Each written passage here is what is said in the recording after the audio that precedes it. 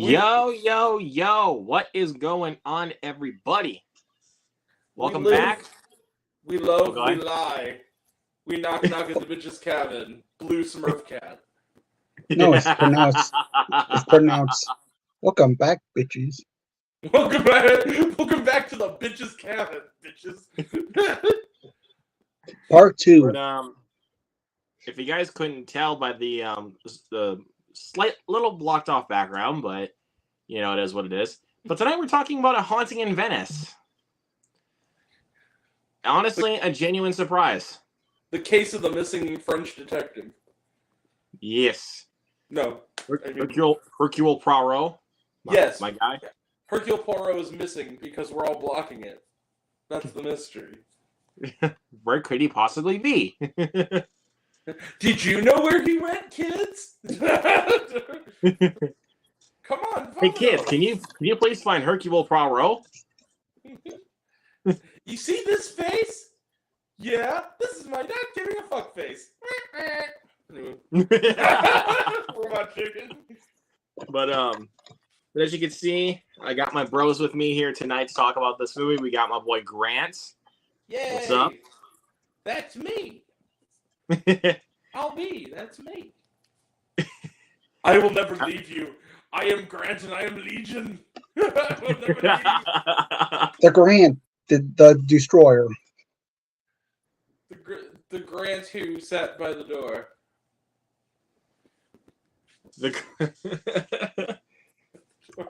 Let's see. Also, if you noticed, I took a little bit of crack before we started, and I'm a little bit loopy.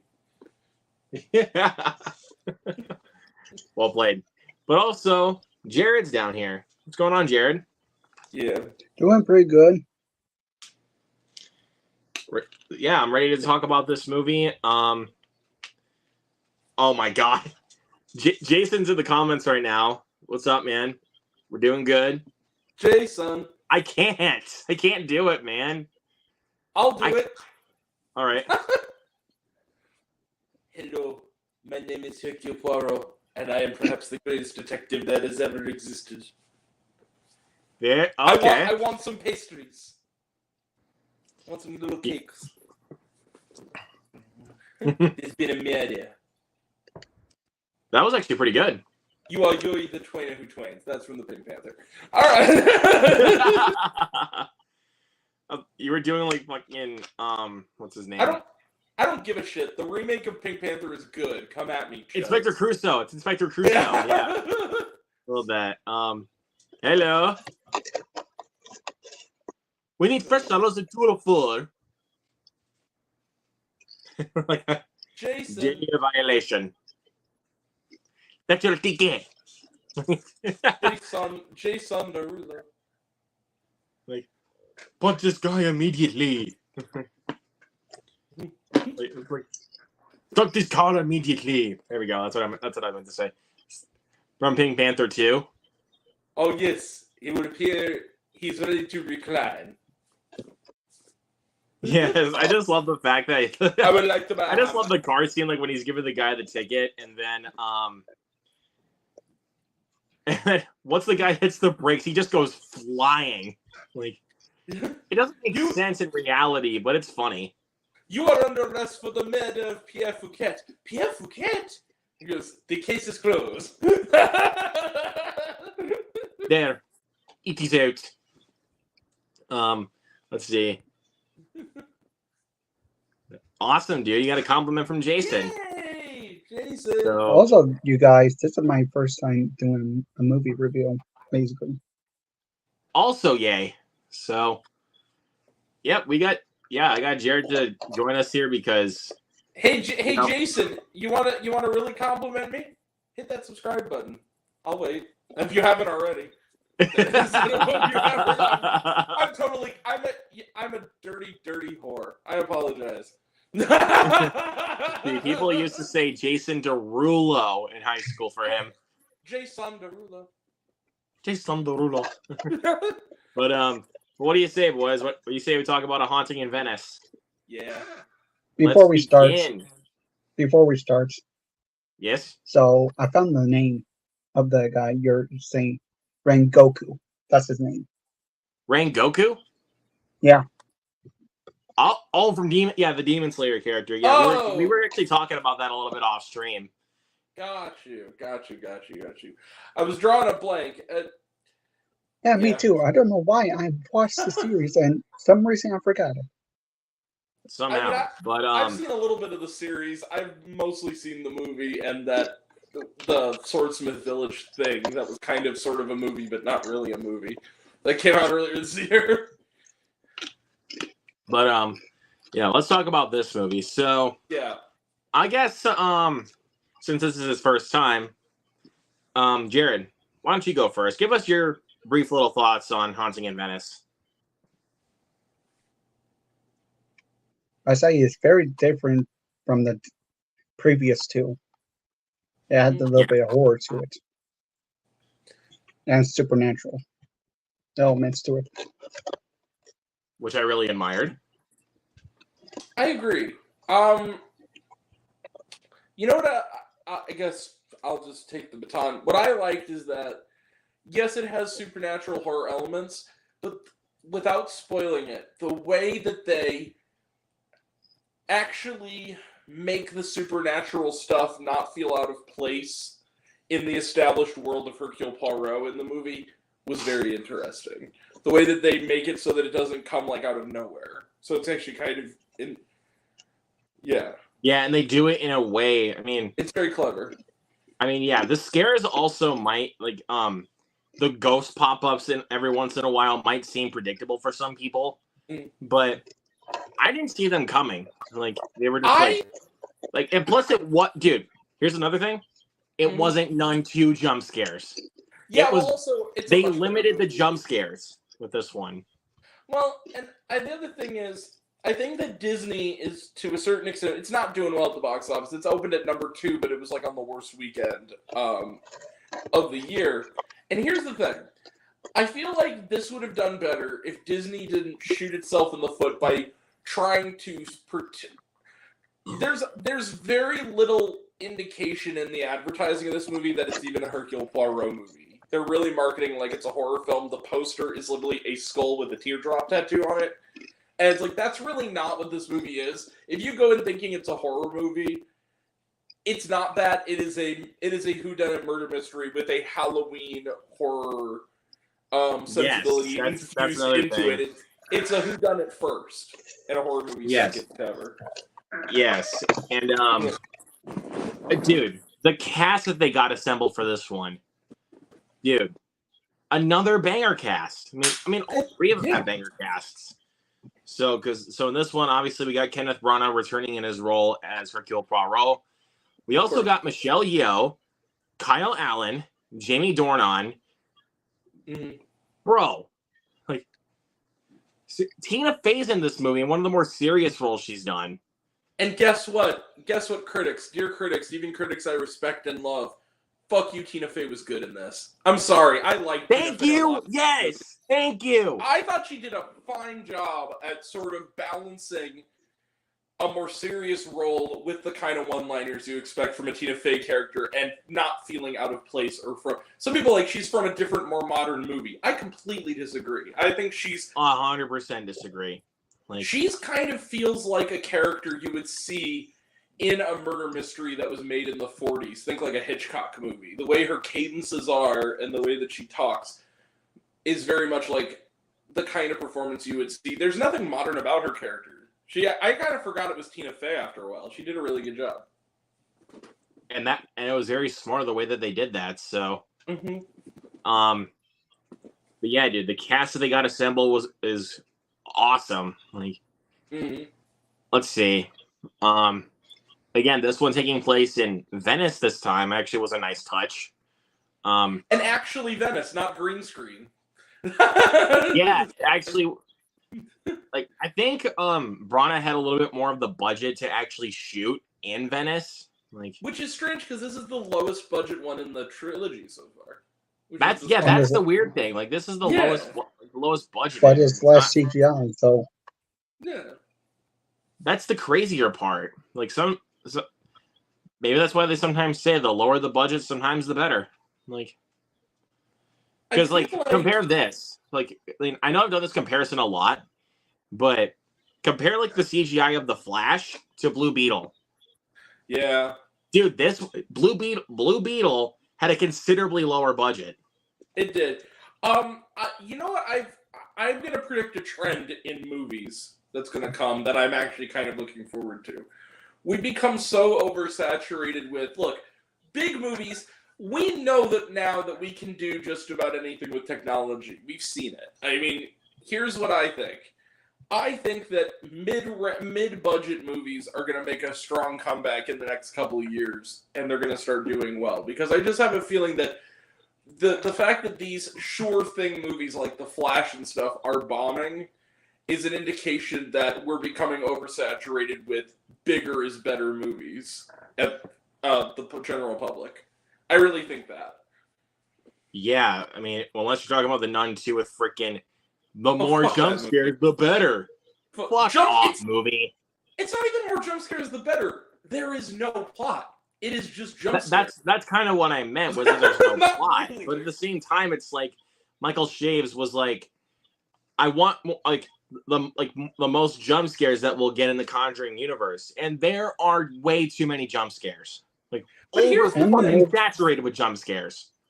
But here's the thing: when people comment on that a lot, and like, okay, let me give you a great example of how this can be used for good instead of evil. Mike Flanagan went on record. He won a world record when his last project, The Midnight Club, came out, where it's the most jump scares in a single hour of television or something like that. But here's the thing: he made not only the jump scares were actually effective, they were part of a narrative that was actually compelling and a really good show. And third, the amount of jump scares was an in-joke. It was clever how he did it, where he front-loaded all the jump scares to the first episode, and then he made a conceited effort not to use any more jump scares for the next 9 hours of the show.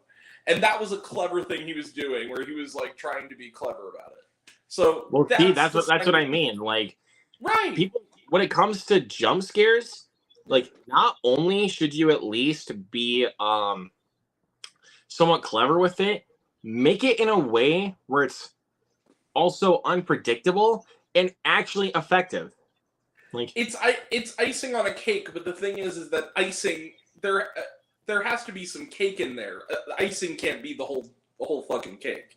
You know what I mean? Exactly. If the icing is the whole cake, you really do have a problem with it. You're gonna get diabetes. Exactly. It's gonna make you sick. All right. Exactly. All right, let's hit the comments here really quick before we keep going. Judd's in the chat. What's up? What up? What up? Sully! What's up, Sully? My guy. Says definitely my favorite of one of these movies. Think there were still some problems with the pacing and the narrative, but I definitely dug the vibes. Got me ready for October. Yes, sir. I mean, and it also does say in October during Halloween. You know what else, Sully? I agree with you. I will say this though. I didn't have a problem with the pacing in this one because I felt like by having the runtime be shorter, it felt tighter and more compact than the other two. I actually thought that the pace was considerably better in this one. Personally. Fair enough. Yeah. Let's keep going. Oh, you got another subscriber. Good job, Jason. You're the man. Fantastic. I was joking, by the way. You can do whatever the hell you want. I really don't give a shit. I didn't say nothing. But thank you. Truly, I appreciate it. And hey, the MVP's in the chat. What's up, View with Drew? You're late, Drew. Where have you been? No. Awesome. Hey, saw this movie last night. Review before coming soon. Awesome. Can't wait to see it, buddy. Also, if you're new to my channel, I would recommend watching Luke and I's super extra long kind of review and kind of rant on Camp Hideout. That was a fun one. I mean, got 2 hours to kill that. But honestly, dude, I mean, it was well warranted to just go ahead. I mean, even if like the last half of it was not even talking about the movie, like it was still fun enough. Like, that's how it goes though sometimes. Like I was talking to last time I had an emotional support friend on there when I reviewed The Baker, which, by the way, fuck that movie. Yes. Come on, Ron Perlman, do better. You're awesome. You don't need to be doing this. Where Becca and I spent about 15 minutes talking about The Baker, 20 minutes talking about how underrated an actor Sarah Gadon is outside of Canada, and then another hour about how much we wanted to see Barbie again. Sometimes that's just how it goes. It's like, I mean, yeah, but it's like the detour but we becomes have the fun video. doing it, though. That's the thing, though. We have fun doing it. Well, right, and here's the thing. I feel like there's only so many ways you can say a movie is fucking awful before you just sound like you're babbling. You know what I mean? And if you guys watched that rant with us last night, if it sounded like Grant was talking out of his ass, go watch the movie and see for yourself. Yeah, truly, and or actually don't, because I don't want you to. No, suffer. I'm just saying that as a way of punishment if they think you're talking out of your ass. Like, well, here's the thing. Like, that's punishment. Here's the thing. I've said it before and I'll say it again, and I said it last night, and Fritzky doesn't believe me. And notice he's not here. Fritzky's been awful quiet since I made that comment outside of in our group chat. But I told him, like, he was talking about, why do you guys put yourself through the Nun 2s of the world and all this shit? And I said, I put him a quote from Mark Kermode, which I think is a great quote, which is, any idiot can see only good movies. It's when you see enough bad movies that you can truly judge movies at all. And Not even that. It's like, even when you see a bad movie, you can appreciate some of the really good stuff. Like, right. Well, because example, like when I saw The Nun 2, I'm gonna be honest, like, when it came to that, I mean, I know this is like totally not related to it, but it made me appreciate Gran Turismo more. The more and more I thought about it. Right. Well, another quote: Jean-Luc Godard, the late great Jean-Luc Godard, said, "The best way to judge a movie is to make another movie." What he meant by that is, it's only when you see the movie right after that you can compare. So, like, I saw The Inventor yesterday also, and that was that was a wonderful film. And then I saw Camp Hideout. So, I mean, it just, it comes and goes. The movies giveth and the movies taketh away. Hold on one second. Jared, what were you laughing at? Oh, I got my television screen up on the live stream, and I saw the comment. Oh, you're talking about this? Yep. Oh my god. Honestly, though, it actually does not look too bad. Jason, thank you. You're a gentleman and a scholar. Yes, fuck that movie. Before it even comes out, I don't give a shit if it's even slightly better. The fact that it exists at all, it feels like a personal fucking insult. I gotta say, I really do. Oh yeah, and another thing though, they greenlit it before the first one was even released because of the virality. I've told you guys about my well, it's not mine. I actually got it from someone else, but the theory of the secondary infection, right? The idea that, which basically is that, for a truly terrible movie isn't just one bad experience. There's always a secondary infection. Winnie the Pooh, Blood and Honey, to me, is the epitome of the secondary infection, because you watched a bad movie that made money, and so the secondary infection is, there's going to be a sequel, and because there's going to be a sequel, I'm going to have to see it, because people are going to want to know how fucking awful I thought it was. I'm going to have to put myself through another hour and a half of that shit. Secondary infection. So it becomes two bad experiences. Watch, you're probably going to make friends again like when you go to this one. No, and then Meg 2, The Trench. Like, any day now, they're going to do Meg 3. And it's going to be another secondary infection. I'm going to have to see then there'll be a... Dirt 3. Yeah, Then there'll be a Nun 3. Yeah, that too. Off, man. A Nun 3 does not need to happen. The first two sucked anyway. Like, it already made its budget back, and it's making profit. Who cares? Yeah, here's the thing. Jared, did you like The Nun 2? What score did you give it? I forget. 2. 2. That's only... The ending was confusing. Here's the thing. I've said this before, and I'll say it again. Judging a movie's quality, and I'm not saying you are, but just for the people watching, if you judge a movie's quality based on the money it makes, you're doing it wrong. By that logic, the best movie of 2009 was Transformers: Revenge of the Fallen.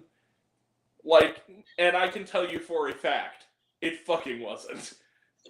So, like, I One of don't the think worst there's movies of 2009. There's some people that actually like the Nun 2 better than the first. I mean, it is better than the first, but that's not saying much. Wait, did you say Transformers: Revenge of the Fallen is better than the first one? No, the Nun. Oh, 2. okay. Yeah, I'll give you that. No, I It's do slightly not, better than dude. the first I one. will not believe for a second if There anybody are some tells me people right that now that Revenge of the Fallen is better than the first Transformers. No, there's no. It's not. There's no way. No. But let's hit the comments again. Again, Jason, you're awesome. You're the king, buddy. Hey, Josh, what's going on? Hey, Josh! Long time no see, buddy. How's it going, man? Says he enjoyed Haunting in Venice. Awesome. Awesome. We all as well. Yeah, I know, Josh. It's okay. You can like it. You're not yeah, alone. buddy. Yeah, Jason. Gran Turismo's great. Gran And Turismo shit. Gran Turismo was surprisingly good. I was actually really pleasantly surprised. I have no joke. Oh, God. What's up, Mike? Your bitch's cabin movies and trains. Yeah, what's up, Mike? The Nun 2 is so forgettable. I think I remember more the first one than the second one. Don't blame you, but I was gonna say, I'd say yes, except for the fact that it took.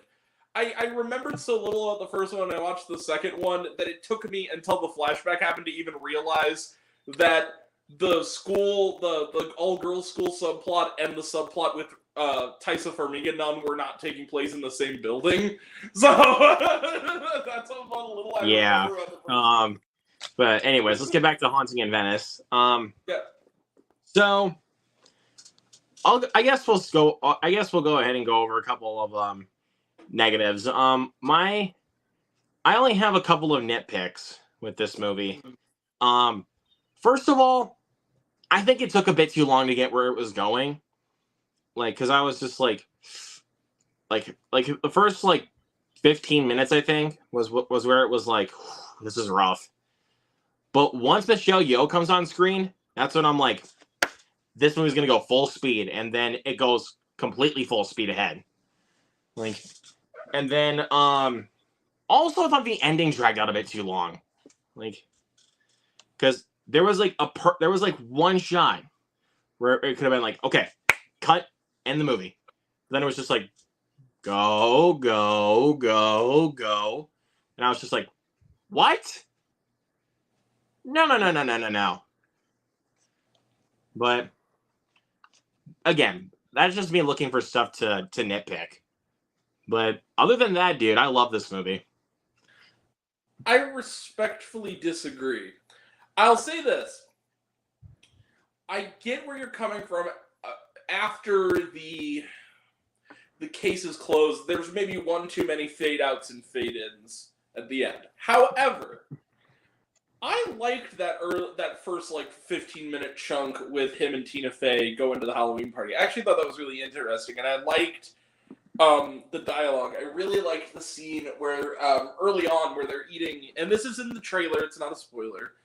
The case hasn't started yet, but it's he and Tina Fey are sitting together, trying his his little treats that he gets by gondola, and there's the line about why he picked Venice and the idea of it's a city that's sinking into the sea like your mind without a challenge, and all the little witticisms. I liked that part.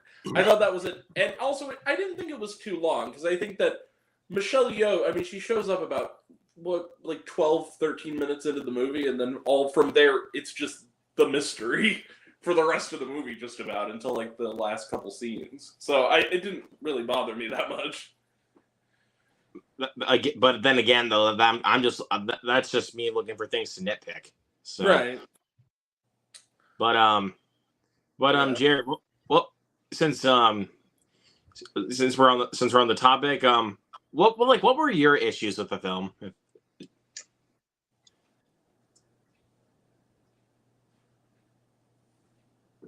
Everybody is trying to think back. Oh, I thought for a second that we lost you. No, I'm trying to think back. Okay.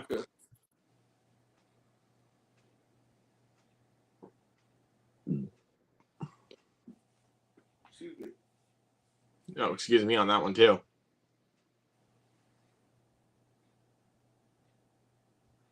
Sorry for the awkward silence here, ladies and gentlemen. We're just waiting.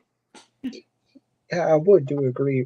In the beginning, it's about the pacing and going. Yeah, the pacing was the pacing in the beginning was definitely a little bit slow for me because that's when I was like, this is becoming kind of a slog. Can I ask you something about that, though? What's up? Do you think maybe, though, you were maybe a little impatient to get the plot going just a little bit? Because it didn't take really that long. I'm just asking genuinely. I'm not trying to be a... It wasn't that I wasn't it wasn't that I was impatient. It was just that the way that the opening was paced, it was just the way that the opening was paced. Yeah. That it was kind of becoming a little bit of a slog for me. Okay, that's fair. I don't agree with that, but that's fair. I will say this. I think that by our scores, I'm probably the one who liked it the most out of the three of us. I mean, it is for sure. I know that. Yeah. Because for me, I told this to Grant when I got back, when I hopped onto his channel for Camp Hideout, I juggled with my score. Like, was I like, do I give it a high 4-star or do I give it a somewhat mid or low 4.5? So my score for this one, 4.5 stars. I gave it like a low 5 out of 5. I really liked it. It's not gonna be in my top tier list of the year or anything. It's not even gonna be my film of the week. The Inventor is gonna be my film of the week probably, but I really loved it. I thought it was the best. But I can already sense that it will be like a runner up. I would say. Oh, it'll be a runner up, yeah, for sure on mine. Yeah, it'll have to be a runner up on mine too, for sure. Because I mean, I've seen now I'm up to 151 this year. I think it's ranked 27. I don't rank all the movies in a year because I just too fucking complicated. But I've seen 188 movies. I would say by that metric, I know it's a lot. I'd say by that metric, it lands somewhere in the let me just really quickly check.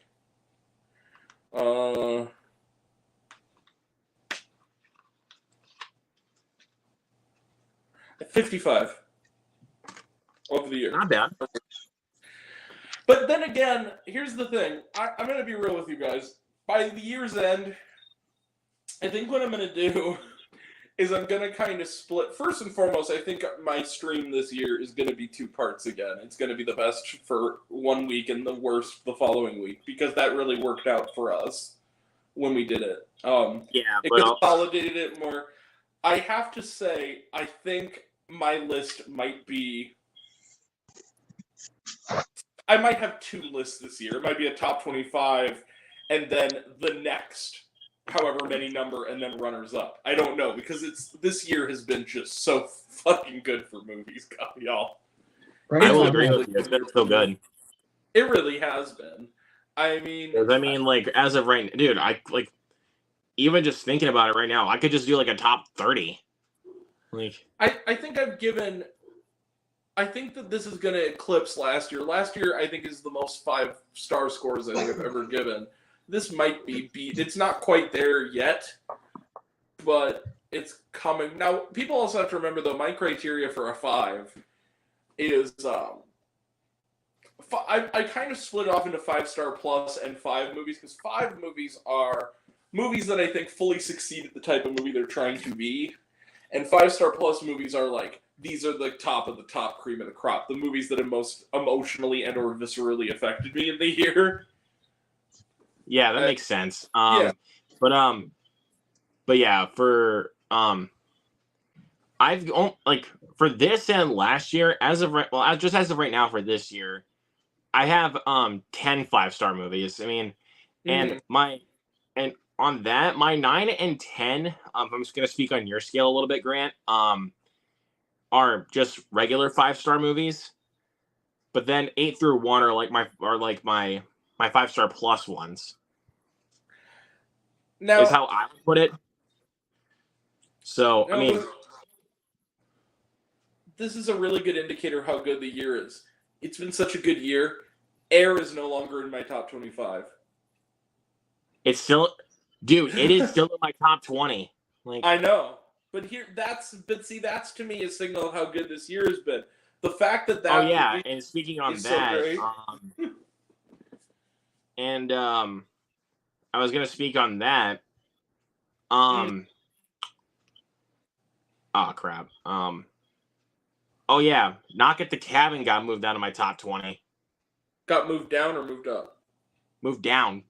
Okay. Is it out It of got it moved or to my top 20? So that tells you something, man. Because I love Knock at the Cabin. I really like Knock at the Cabin a lot more than I thought I would for sure. That movie fucked with me though, for real. Like Air has been Air. The movie that bumped Air was Aristotle and Dante Discover the Secrets of the Universe, which is now my 25 because that just really moved me. I need to catch up on a lot of things. I'm way behind. Oh yeah, another one.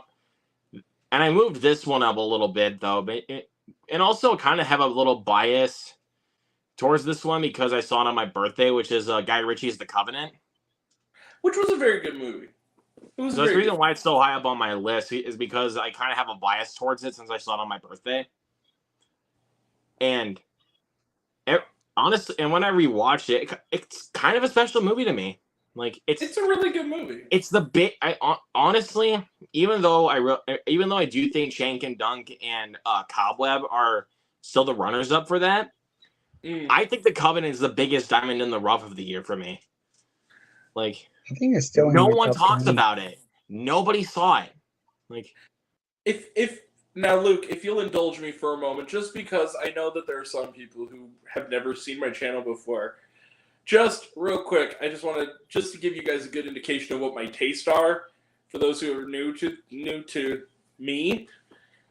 Just real quick, I guess I'll just run them down. 25, Aristotle and Dante Discover the Secrets of the Universe. 24 is Rye Lane. 23, Blackberry.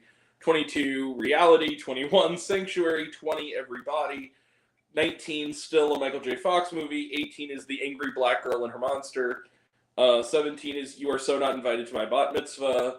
16 is Judy Bloom Forever. 15 is It Ain't Over. 14 is Somewhere in Queens. 13 is Shortcomings. 12 is Talk to Me. 11 is You Hurt My Feelings. 10 is Bottoms. 9, Oppenheimer. 8, Barbie. 7, Nimona. 6, Asteroid City. 5, Are You There, God? It's Me, Margaret. 4, Suzume. 3, 1001. 2, Past Lives, One of an Age. So that should give you a good indication that that is a very diverse and very, very, very mix of things right there. Yeah, and if you guys... go ahead, Jared. Go ahead. On my list, there's only 4 5-star movies out this year. Okay. I mean, 5. Oh wait, actually, for my ranking on Haunting in Venice, that's actually my number 26. So that was on my 21. I mixed that up for some reason. But I can just go. Yeah, I'll just do my top 25. Number 25, Missing. 24, Knock at the Cabin. 23, Birth/Rebirth. Okay. That's the one that's supposed to be coming to Shudder at some point, Grant. You got to check it out, man. I put it on my watch list for that very good. Reason. Interesting. Yeah. Good. I'm proud of you for that. Number 22, Beau is Afraid. Mm-hmm. Such a damn good movie. Number 21, Gran Turismo. Number 20, Renfield. It's sticking in there. It's sticking in there. I don't want it to get bumped out, man. Yeah. Number 19, Guardians of the Galaxy Volume 3. Number 18, Air. 17, Dungeons and Dragons Honor Among Thieves.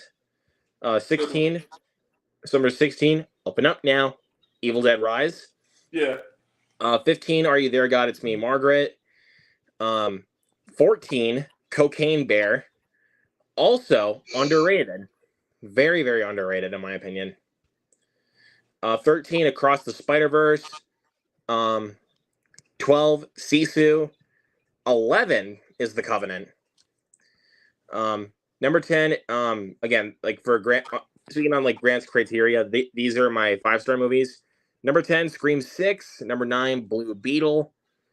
And then my number 8 are my number 8 through 1 are my 5-star plus ones. Just in my personal opinion. Number 8 is You Hurt My Feelings.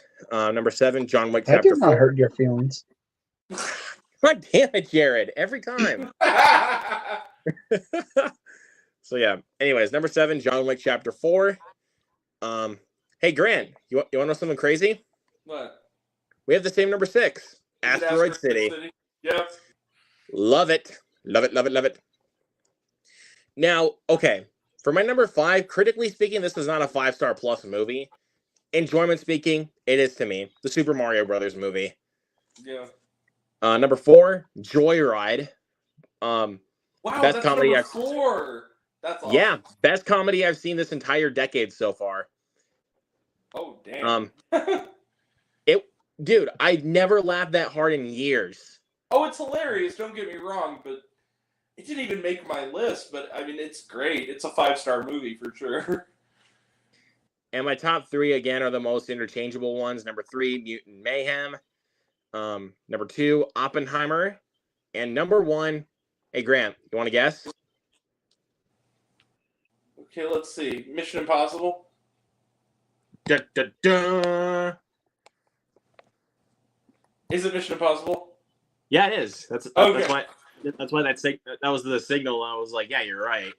Also, for those... Hold on 1 second. Let me read this comment. I don't think you can put The Covenant and Cobweb on the same tier. Cobweb was buried by the studio, and a lot of people still saw The Covenant. But here's another thing, though. That's true, to a certain degree. But also, I don't feel like with anybody like on this medium or even on any social media platforms are talking about either of those films. But I agree with that, yeah. So that's kind of the reason why I kind of put those on the same tier for Big Diamonds in the Rough. Because those are films that were so special to me that no one talks about.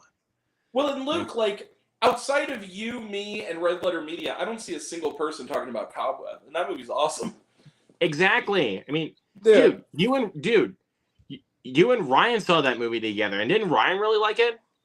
Ryan liked it. He didn't even see the trailer for it. He just went in completely cold, and he said, "Man, that movie was awesome." He said like afterwards, like, and I said, like, dude, if they continued that story as a comic book, I'd buy every issue. Like, yeah, me too. I would agree with that actually. Shit. Like, That's a let's see. Good way of putting it. Let's see. Oh, this would be fun right here to talk about both Joyride movies, the Paul Walker one and then the chick flick. I own both movies. That's Candy fun. cane. Oh, hey, Rusty Nail. No, see, that's one we should now. Okay, we're doing Dark Shadows for mine. That is still on the table. But honestly, Joyride. If we can squeeze another Halloween movie in it, Joyride would be perfect. I think that would definitely be the one. I think that would definitely be the one to do before mine, which is American Psycho. Yeah. So this is how it's gonna go for. So the extra will be The Blackening.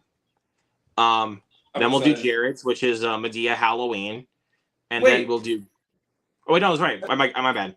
Yours, yeah, I was gonna say, is Dark Shadows. I don't know why I forgot there for a second. Forgive me. We're gonna do the double. We're actually gonna do a double here. We're gonna watch It's the Great Pumpkin, Charlie Brown first, and then we're gonna watch Dark Shadows. Hell yeah, underrated ass movie. And then we'll do Jared's pick, which is Medea Halloween. Next week we're gonna do Mike's pick, aka Movies and Trains, 9. So, and then the week after, 9. 999. Nine. And Oh then yes. and then the week after, we will do Fritzky's, which is Wallace and Gromit: The Curse of the Were-Rabbit. Nice. And then we will squeeze in the last two at the very end, which are, like you said, Joyride. It's the Paul Walker one.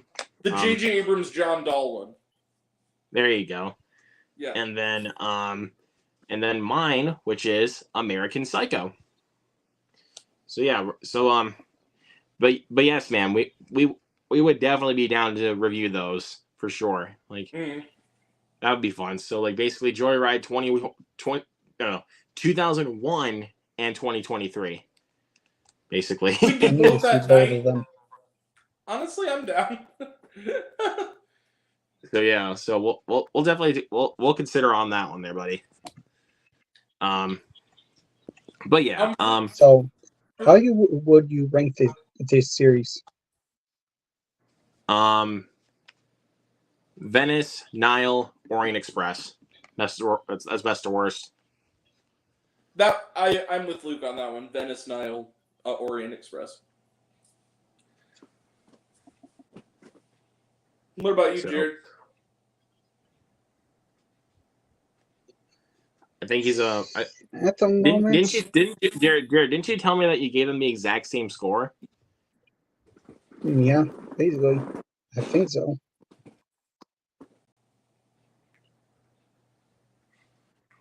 But if I do the ranking, it will be a haunted vengeance of murder of the. Oh, I can't speak today. My bad.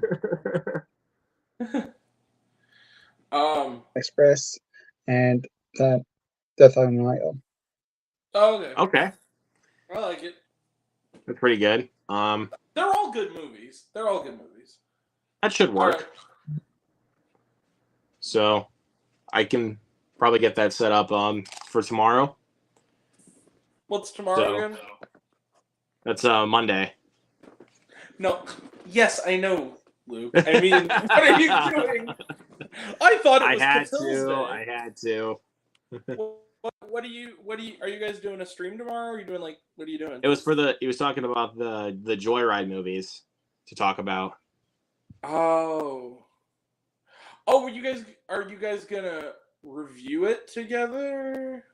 He was also asking if you wanted to join too because you've seen both of them.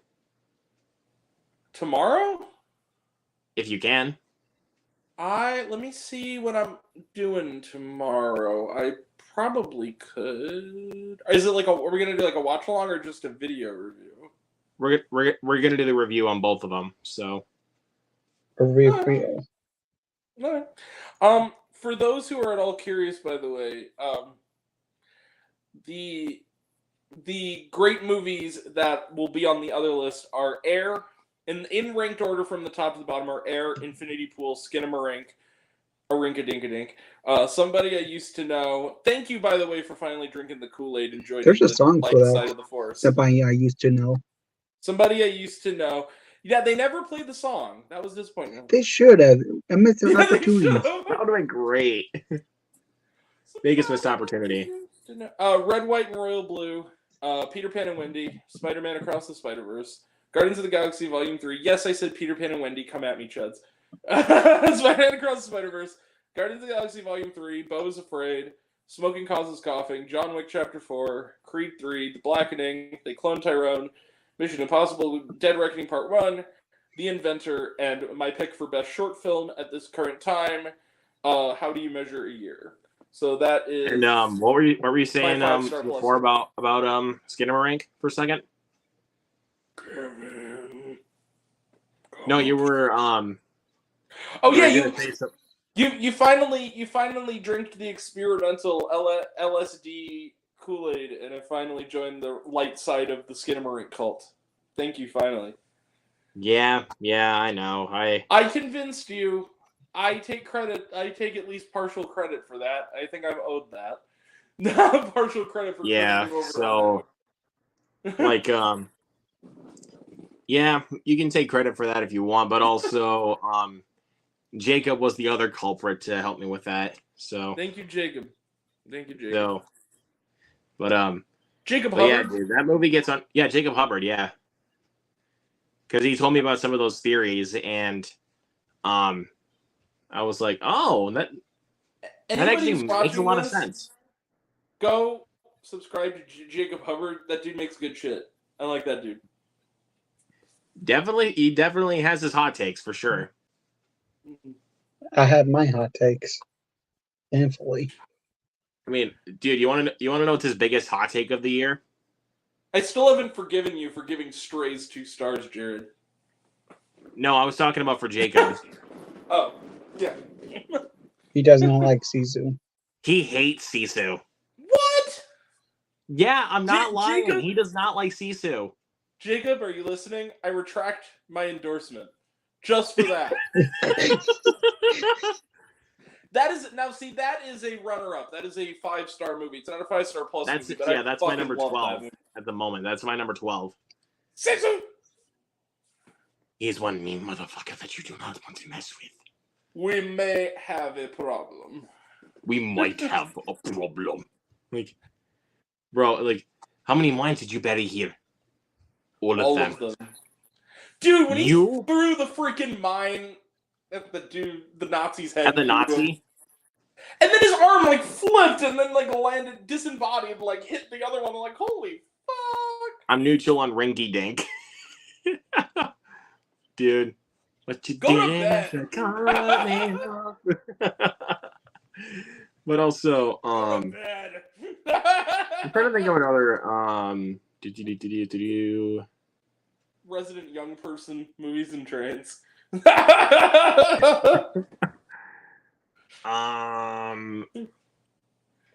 Oh yeah, my big hot take of the year comes with the superhero stuff.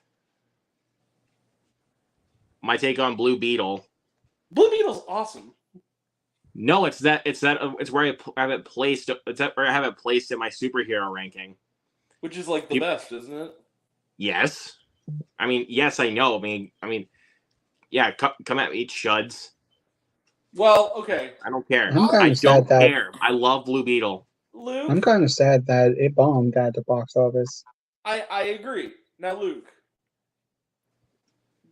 the only way you can call these people chuds is if they come at you because it's about a Hispanic person. You know what chuds mean, right? Chuds means people who don't like things because they have a political bias that makes... Basically, chud is another word for bigot. You basically don't like a movie because it has people in it, like gay representation, racial diversity. Yeah, talking about the chuds that don't like films like Bros Are of an Age. How's that for Right. you? Bros Are of an Age or also attack me in the comments because I hated Nefarious because it was neo-Nazi propaganda.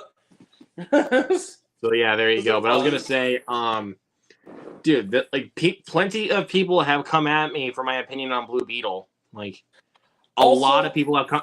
Like, that was like my most controversial opinion. Well, like, I'll give you a great example, Luke. Ben, you know how they always say, like, use words in a sentence, right? Ben Shapiro is a chud. There, I give you a great example. Burning freaking Barbie dolls to make a statement because he hates women. Ben Shapiro is a chud. Have you seen that 45-minute thing about how the Barbie movie hates men? I'm Ben Shapiro, and shut the fuck up, Ben Shapiro, you fucking asshole.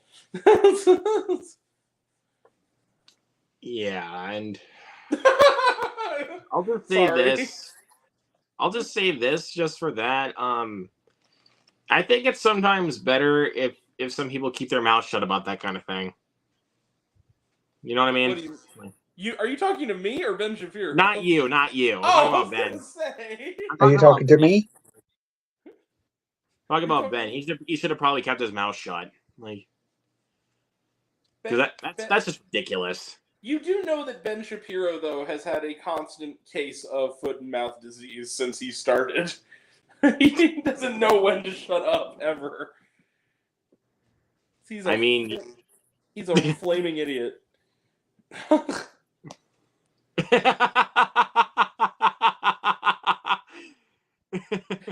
Okay, you know what? That makes me even more mad. Fuck you, Ben Shapiro. And you're all going to hate me. I guess I guess I'm gonna just keep my mouth shut. Hey, Here's guess my what, hot take. Hey, guess what, What? Chuds? The Last Jedi was good. Fuck you. Yes, thank you. Here's my hot take. Yep.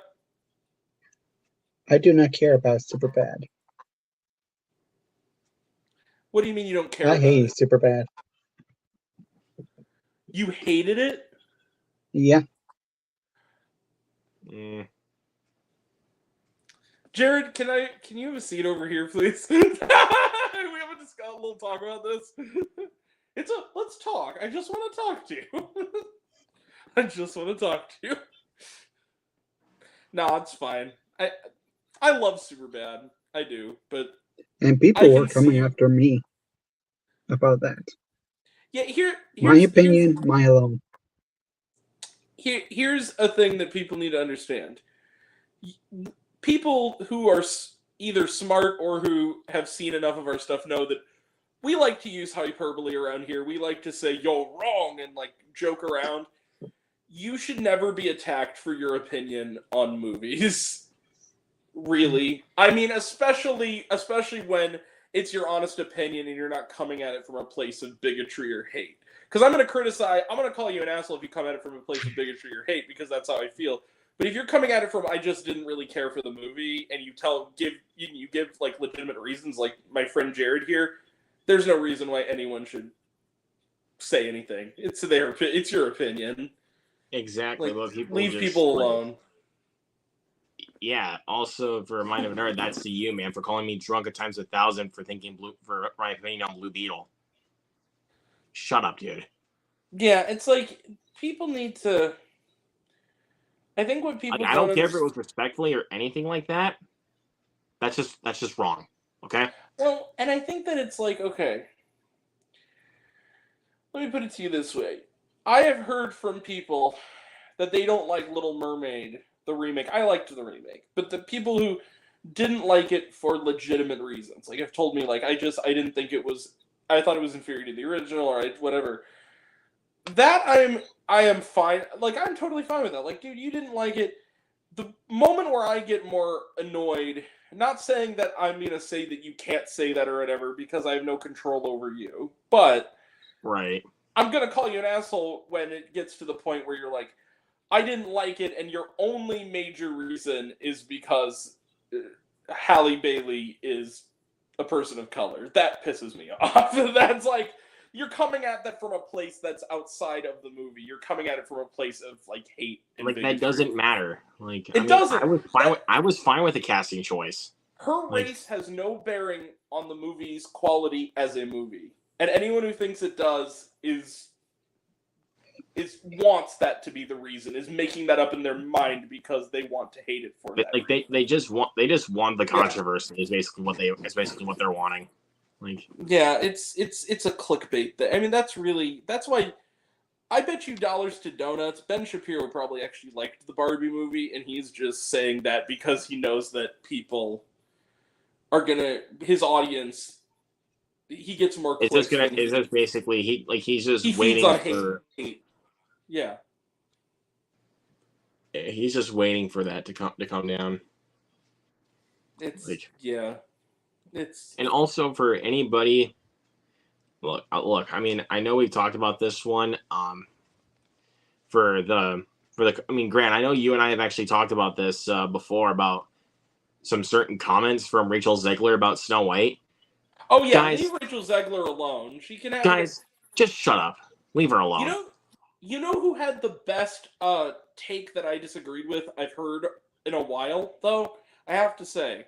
And this approach, because again, it's coming from an intelligent person, and that's why is our friend Tracy, Nerdy Film Girl. I really liked her take where she wasn't mad necessarily at Rachel Zegler or saying that she should be off. She basically said, like, look at it from the approach of, you're trying to sell the movie. Maybe just be careful what you say in interviews and shit. Like, she wasn't coming at it from a place of hate. She was coming at a place of understanding. That's the difference between an intelligent person and someone who's ready to pounce on her because she's Latina. That's the thing that irritates Who me. cares if she's Latina, Yeah. dude? Like, Also, dude, like, she does look the part, and I do think she is the like. I don't care what the ethnicity is, dude. She's perfect enough to play Snow White. Like, I have someone I know very, very well who's a good friend of mine who we very often disagree on political topics, and he says, "Ugh, he said, and I quote, I hate Brie Larson. She's a bitch." He said that straight up, and I said, "Why are you saying that?" He goes, "Captain Marvel." I'm like, "Well, have you seen Captain Marvel?" He goes, "I saw the trailer." Like, well, but you should that hear. is nothing. And then the other example he gave, like I said, dude, I watched that interview. She said nothing that should be disagreeable to anybody. All she said was that that there is a lack of female representation when it comes to the film critics on Rotten Tomatoes, which I fucking agree with, and anybody with eyes could fucking agree with. She's not saying that male critics are bad. She's not saying that, you know. So I think that people like just want to hate people because Yeah, I mean, dude, even especially with Rachel Zegler because of the comments she made about Snow White, dude, just leave her alone. And I don't feel like she's saying it in a way that's hateful. I don't think she's saying it in a way that's hateful. I think she's criticizing the movie in a way that any rational person looking at it without nostalgia goggles would criticize a movie like Snow White. And here's the thing. That's why I respect her for it. Is because she took the rose-colored glasses off a little bit. You know what I mean? The thing is too is it's a paradigm shift kind of situation. Like I'll be the first to say I hate Gone with the Wind. I do not like that movie. But I will say this. I respect its role in film history. I respect the innovations it had. But I will be the first to tell you that it hasn't aged well. And guess what? It would be near impossible for it to age well because it's almost a century old. It's the same as Snow White and the Seven Dwarfs. It's like that movie came out in 1937. It's 2023. Like, I get almost 2024. Like, I get what she's coming from of, look, this is a new interpretation because, no, we're not going to make it exactly like it was in 1937 because it's not 1937. It's 2023. Like, I get that. What she means by that is that, no, she's not going to be, like, back then, there weren't a lot of strong female characters or roles that were written with any intelligence for women, so it was just waiting for a prince to come rescue her, and she doesn't want to do that. Yep, and on top of that, it's written by Greta Gerwig. It's going to be good. I'll just say for a fact. Thank you. Okay, anyways. Yeah. And Noah, you are a good man. Little Mermaid was good. And I, even with the knowledge that I wouldn't say it's one of my favorite films of the year, I liked the film a lot. I liked it better than the original, but then again, I was never really a big fan of the original. Grant. Yeah. That's I think that's also like our huge hot take is that we think the remake is better than the original for The Little Mermaid. Here's the thing. Okay? The original... So John Mulaney... I'll give that as this example. The great John Mulaney. I'm sorry, he's one of the funniest people around. He has a great joke where he's not even saying it necessarily with disrespect, but he's talking about how movies that are popular sometimes are lumped in with movies that are clearly better. And his joke is when he talked about how he doesn't like the movie Scarface, and he says, and what he doesn't like even more about it is when it's compared to better movies. So he says, like, his friend will come up to him and be like, my favorite movies are like The Godfather and Scarface. And he'll be like, well, my favorite food is lobster and Skittles. It's like, that's the way I feel Going about back Little to Mermaid, Skittles. it's not a terrible movie, but it's like, my favorite animated movies are like, you know, The Lion King and Beauty and the Beast and Aladdin and Little Mermaid, and I'm just like, one of these things is not like the other. One of these things is not like the other. Like, yep, yeah. Let's see. Thank you. Hell yeah. Thank you. West Side Story, a Disney. Dude, hold on 1 second. Shut up. About that. Okay, well, honestly though, I don't think he was coming at that from necessarily a terrible place. Like, it's okay if you don't like the approach to her selling the movie. It's just when it becomes a thing like, oh, you hate her because she's this or that. It's like, no, sometimes you can say something kind of silly in an interview and it's taken the wrong way or it's misconstrued. Here's the thing. That's why that people are taking it the wrong way. That's what I'm saying. Also, a little hot tip. Rachel, hey guys, listen in. Rachel Zegler is in West Side Story. You know what that was? Hot take. It was a remake made by Disney that was better than the original. Are you mad? I ain't mad. I agree with you. I've gotten flack for that too, where it was in my number 6 on my list that year, and I said, it's better than the original. And I like the original, but I said it's better than the original. Spielberg topped the original. Like, how dare you? That's a classic. And I'm like, it's my opinion. Dude. Fuck off. Yes. I would actually kind of agree with Noah's take on The Little Mermaid. Uncharted Waters is a jam, and anybody who disagrees with me is wrong. I'm kidding. Yeah. Oh yeah. That's a great song. I love Uncharted Waters. He's got a question for you. Oh, thank you. How did you even know this? Did I bring this up? Okay. Well, first and foremost, not even that. I told him. Okay, I'll tell you why. This is my hot take. Now, this is maybe the hottest of hot takes. I fucking hate Hacksaw Ridge, and I'll tell you why.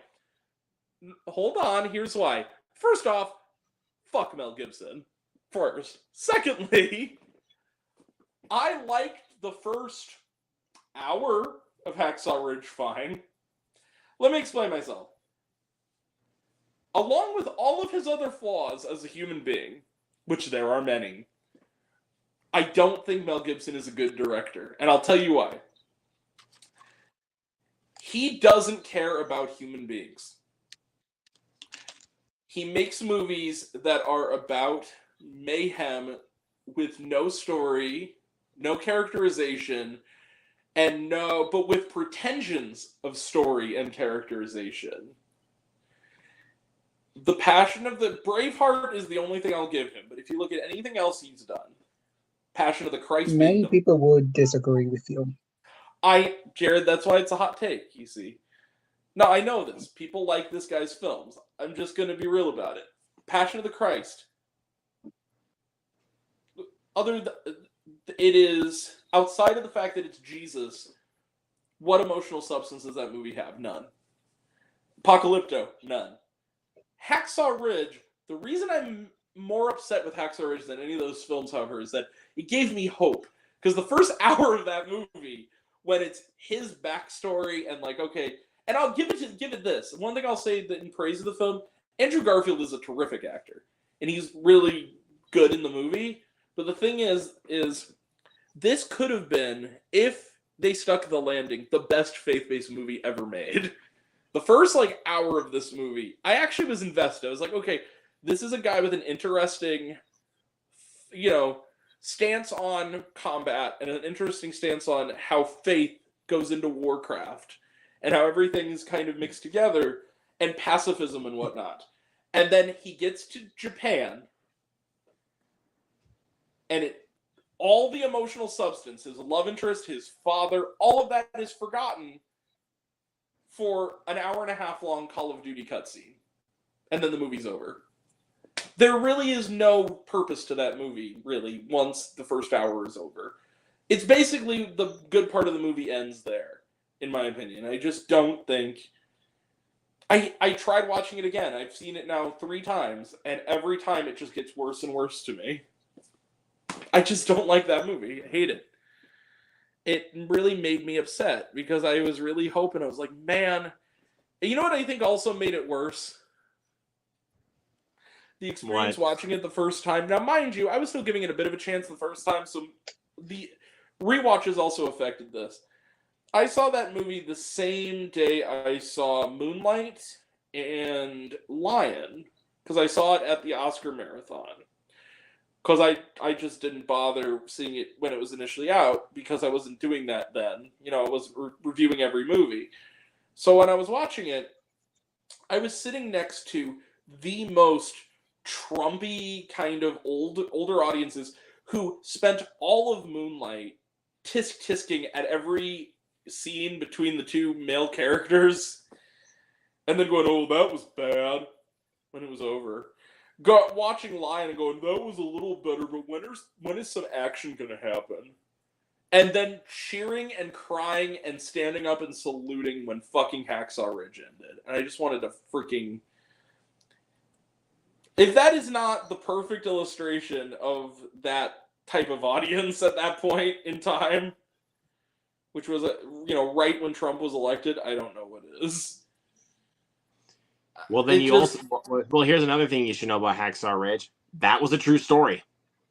Dude, I'm aware it's a true story. You do understand, though, that just because a movie is a true story doesn't mean the movie is automatically terrific. Sound of Freedom was also a true story, and they got a lot of things right. I'm just saying, look, a movie can be based on a true story and not be automatically a good movie.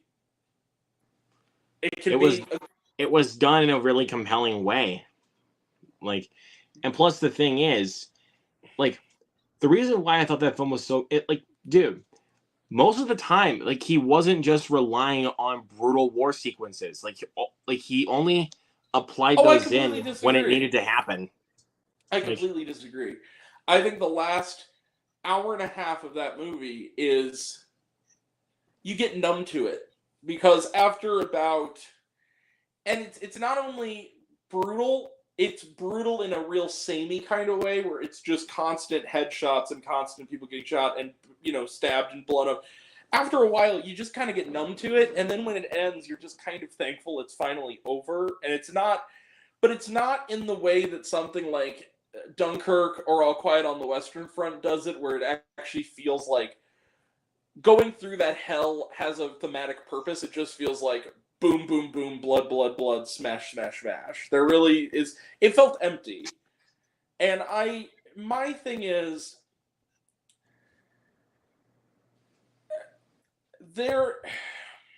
Biographical movies, like any movie, it's all in how you do it. You know what I mean? And to me, saying it's based on a true story is not automatically a positive. It's how you do it. It can be if it's done well, look at something like Air. And I also think that facts and being necessarily true to the true story or beholden to it is also not necessarily a factor, because one of my favorite movies is The Social Network, and I'll be the first to admit a lot of that was probably made up. I'll be real about it. My thing is this. I felt like the real life story, I'll put it this way. A documentary on Desmond Dawes, I think, could be really interesting. I think that if you made just a straight up documentary on this guy and his life and his philosophy on faith and stuff, that could be a really compelling movie. I think my issue is the wrong director made it. Because I don't think that you need someone who has a grasp on the human heart more than Mel Gibson does. And the soul of a person. And I felt like it was empty. But again, that's just me. I know that movie is acclaimed by a lot of people. A lot of people really like it. But,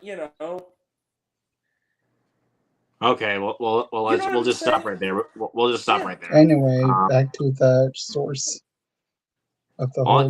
What I can say is, though, for movies that honestly wouldn't really work well as documentaries, because there are some people out there that say that this film would work better as a documentary than as a biopic. Gran Turismo. I would strongly disagree with that. Well, I agree. I agree on that one. But I'm also... Because it's Oh, go ahead, sorry. Well, I would also be the first, here's the thing. I like Gran Turismo a lot, but also, people have argued to me, oh, but Grant, it's a shameless commercial, whatever. That's an example, though, of a movie that I feel like colors the life of its real life. Even if a lot of the stuff, and there were things that turned around, like the accident that happened didn't happen in that part of his life and all that stuff, all these inaccuracies. My thing with that movie is, as a movie, it worked. As a story it worked, and it was moving, and it was well acted. And it had flaws, but it overcame them on the strength of its characterization. That movie had... That's my biggest separation, is that at the end of the day, Gran Turismo had heart, and I didn't feel like Hacksaw Ridge did. That was the big difference. That's, you know what I mean? Yeah, I understand, but again though, here's what I'm saying. Like, you want to know why I think it works. Why I think Gran Turismo works best as a biopic instead of a documentary. The racing scenes, and also the style I agree. Works better in a biopic. I think here's the thing. Well, it kind of goes back to, and here's the thing with me about sports movies. I'm the guy. I do not like football. I don't watch it. I'm not a fan of it. I know how it's played. It just doesn't interest me. But I love some certain football movies, and I think the thing is that there are when it comes to like sports, even like motorsports and stuff. Yes, it'll work better as a narrative film. I mean, look at something like Rush, which I love. That was like one of my favorite movies of that year.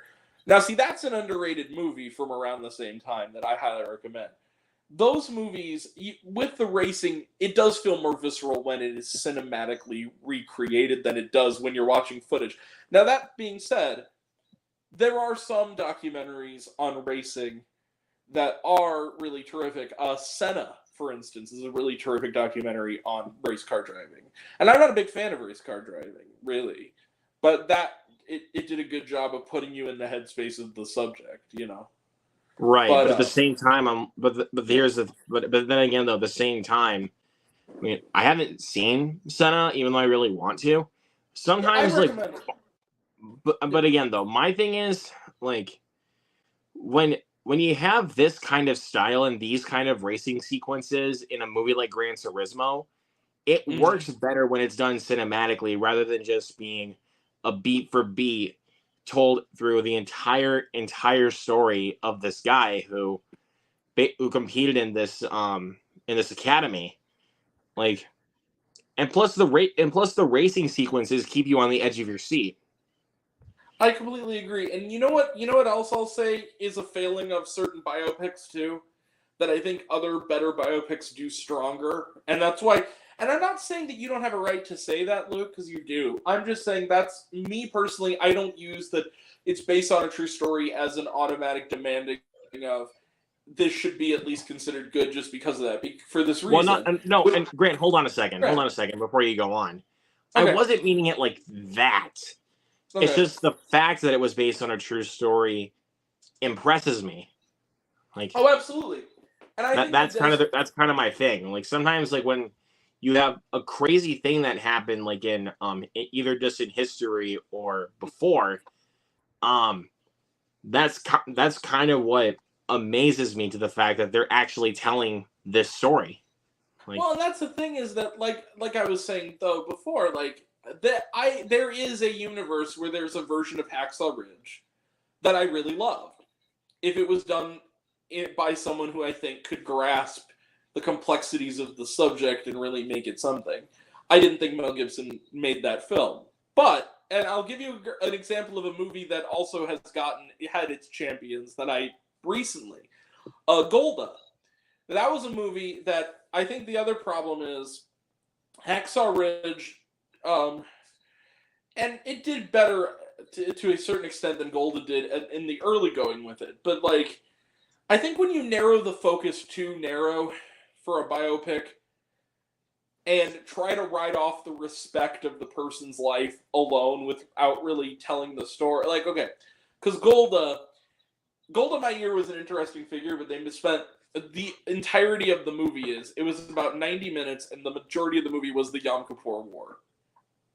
There was really nothing else about her life. There was no context.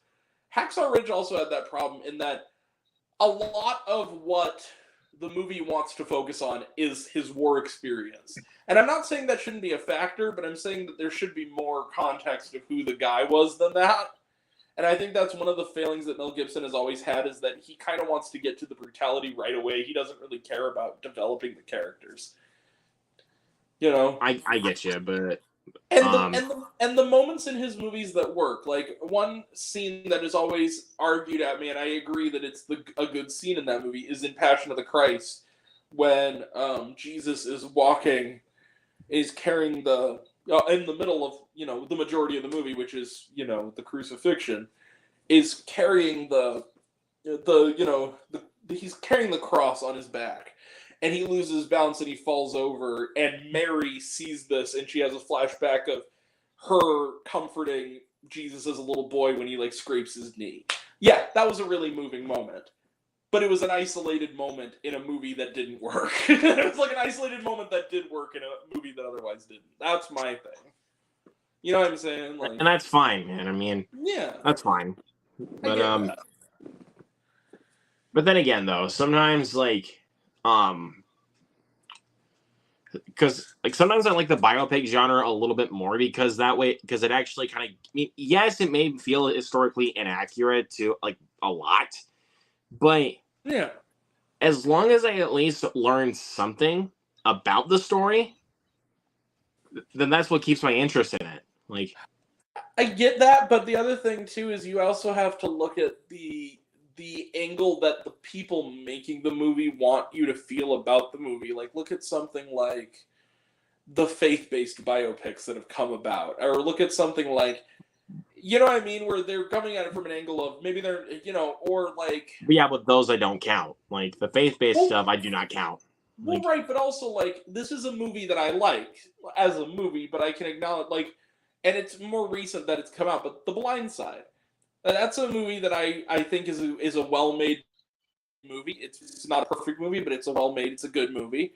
But at the same time, I totally believe that Michael Orr got screwed over, and it does affect my opinion on rewatch of that movie down the line. Is the fact that they kind of ruined this guy's life, and it's kind of fucked up that they kind of portrayed him in a way that was disrespectful to who he was as a human being.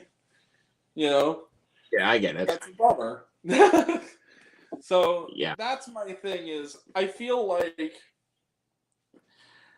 like sometimes when people make biographical films, they have a good story and they know it, and they don't feel the need to try. They just think they can bank off of the fact that this is a story that is uplifting by the very core of what it is, so we don't have to have any real scenes of emotional depth. You know what I'm saying? Like, yeah.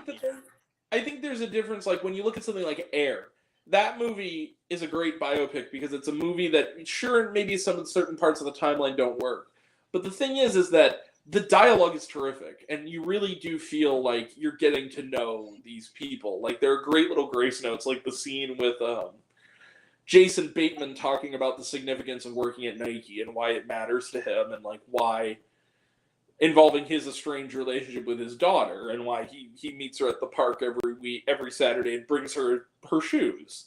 And that's like a significant character moment. You know what I mean? It's not just banking on the fact that the Michael Jordan Nike story is inherently compelling, because it is, but it actually is a full movie. It's not just it doesn't play safe with it. You know what I mean? I mean, obviously it doesn't. Like, Right. I mean, I think we kind of already I think we should have already suspected that. Like, no, but I'm saying that's what separates the good in that genre from the not as good in that genre for me. Is like, do they really try to make it more than just? Are they using the story as a crutch, or are they using it to further color the world around the story? You know, that's my thing. yeah, but let's I think we should probably stop talking about that. Yeah. Because otherwise this might get a little bit too heated for some people. I'm not trying to get heated. I just no, I wasn't. I no, I'm not talking about you. I'm just saying I know. People in the comment sections are going to get heated about this kind of topic. Like, Well, here's the thing. Just to kind of conclude the response to Fritzky's question, or not Fritzky, Movies and Trains question. Sorry about that. Yeah, if you guys like this movie, look, I totally understand the people who think this movie has merit. There are plenty of people who genuinely like Hacksaw Ridge. Why else was it nominated for Oscars? Like, I get it. It's just, again, it's my opinion. You right. have yours. More than welcome. Yeah, fair. I mean, again, totally fair, man. Right. I'm not going to judge you too hard for that one, like, because I totally understand where you're coming from. Like, and like, look, we have our disagreements on the other end of the thing where I love a movie and you don't get it. Like, it happens. It happens with everybody. Worst person in the world. Yeah. Although you at least that one's our biggest disagreement. But but here's the thing: you don't hate that movie, though. I don't. I like it, but just the kind of subject matter that they were targeting at, and also the type of characters that they were like how the characters were portrayed wasn't for me. Like, I respect that. I disagree, but I respect that.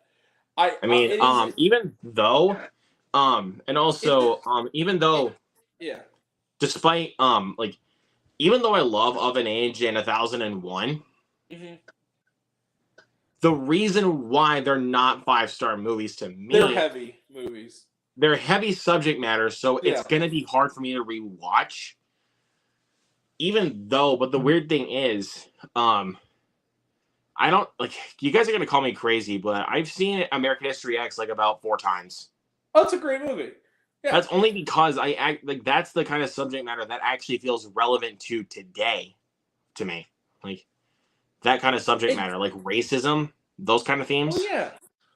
Like that subject matter really does feel like a lot more relevant, and the kind of topic that a lot of people like you know, just you know what I mean. Yeah, I totally agree with you, but I also would make the argument that 1001 is also relevant in how it deals with gentrification and poverty. Right, but I was speaking on American History X because that movie was made back in 1998. Like, right. Yeah. So that's kind of the reason why I kind of hold a little bit more regard with that one, and also, because time has made that even more relevant in a kind of heartbreaking way. Yeah, and also, why did Edward Norton not win the Oscar for that movie? That was a terrific performance. I think I have an answer to that for you, actually. There is such a thing in the Academy that's similar to their anti-horror bias, which is that their anti-villain bias, where they're really, really gun-shy about giving Oscars to people who play villains. It's not saying that they never do, because they do. Look at Joaquin Phoenix recently, for instance. But like Joker. Right. But I think it's the idea of they're more willing to give an Oscar to a performance of a character that is noble than one who is like Edward Norton's character in that movie, which is disappointing. Well, and also kind of the same thing with why they snubbed Jake Gyllenhaal for Nightcrawler.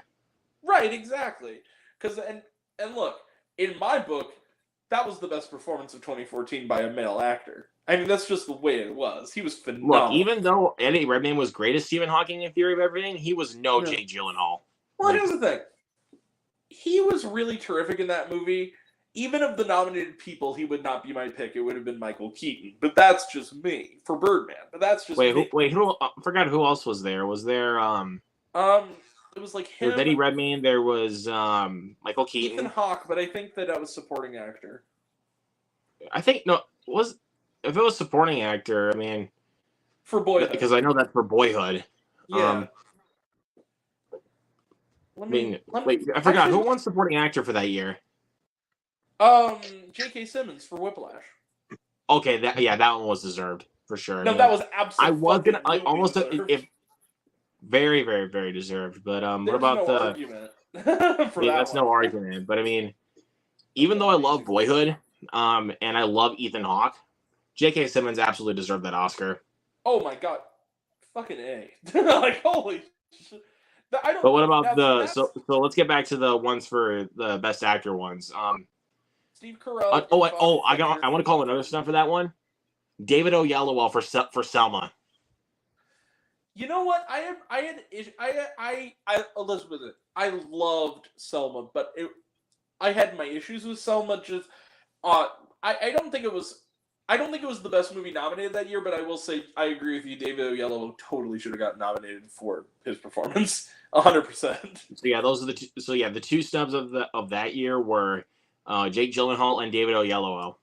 And here's the thing: It was a good lineup in the Best Actor race. I just think that what's funny is that, okay, you got Steve Carell in Foxcatcher, you got Bradley Cooper in American Sniper, Benedict Cumberbatch, as I call him, in The Imitation Game. Actually, you want a hot take? I would actually take out Bradley Cooper for American Sniper. No, you know what? I was going to say the exact same thing.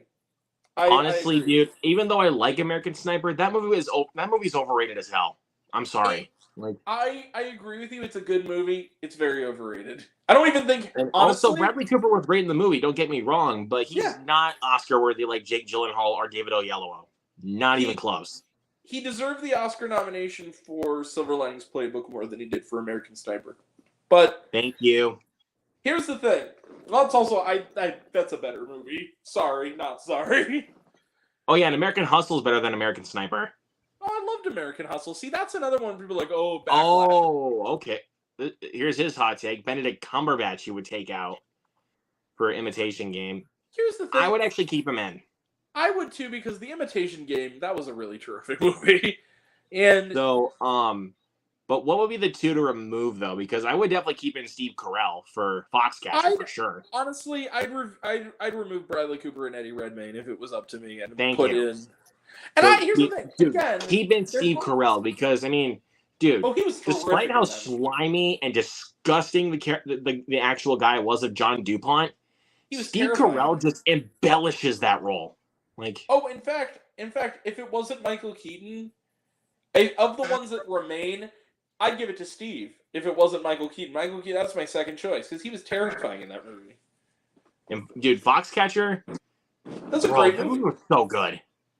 It's good. It's hard to watch again, but oh my god, it's the first time. Like, yeah, but also, what's another? Let's see. Trying to remember. What was that? I forgot. Oh wait, I was. Sorry. I'm losing my train of thought here. Wait, who was I'm obviously not talking about this year's Oscars. Who was last year's Best Actor winner?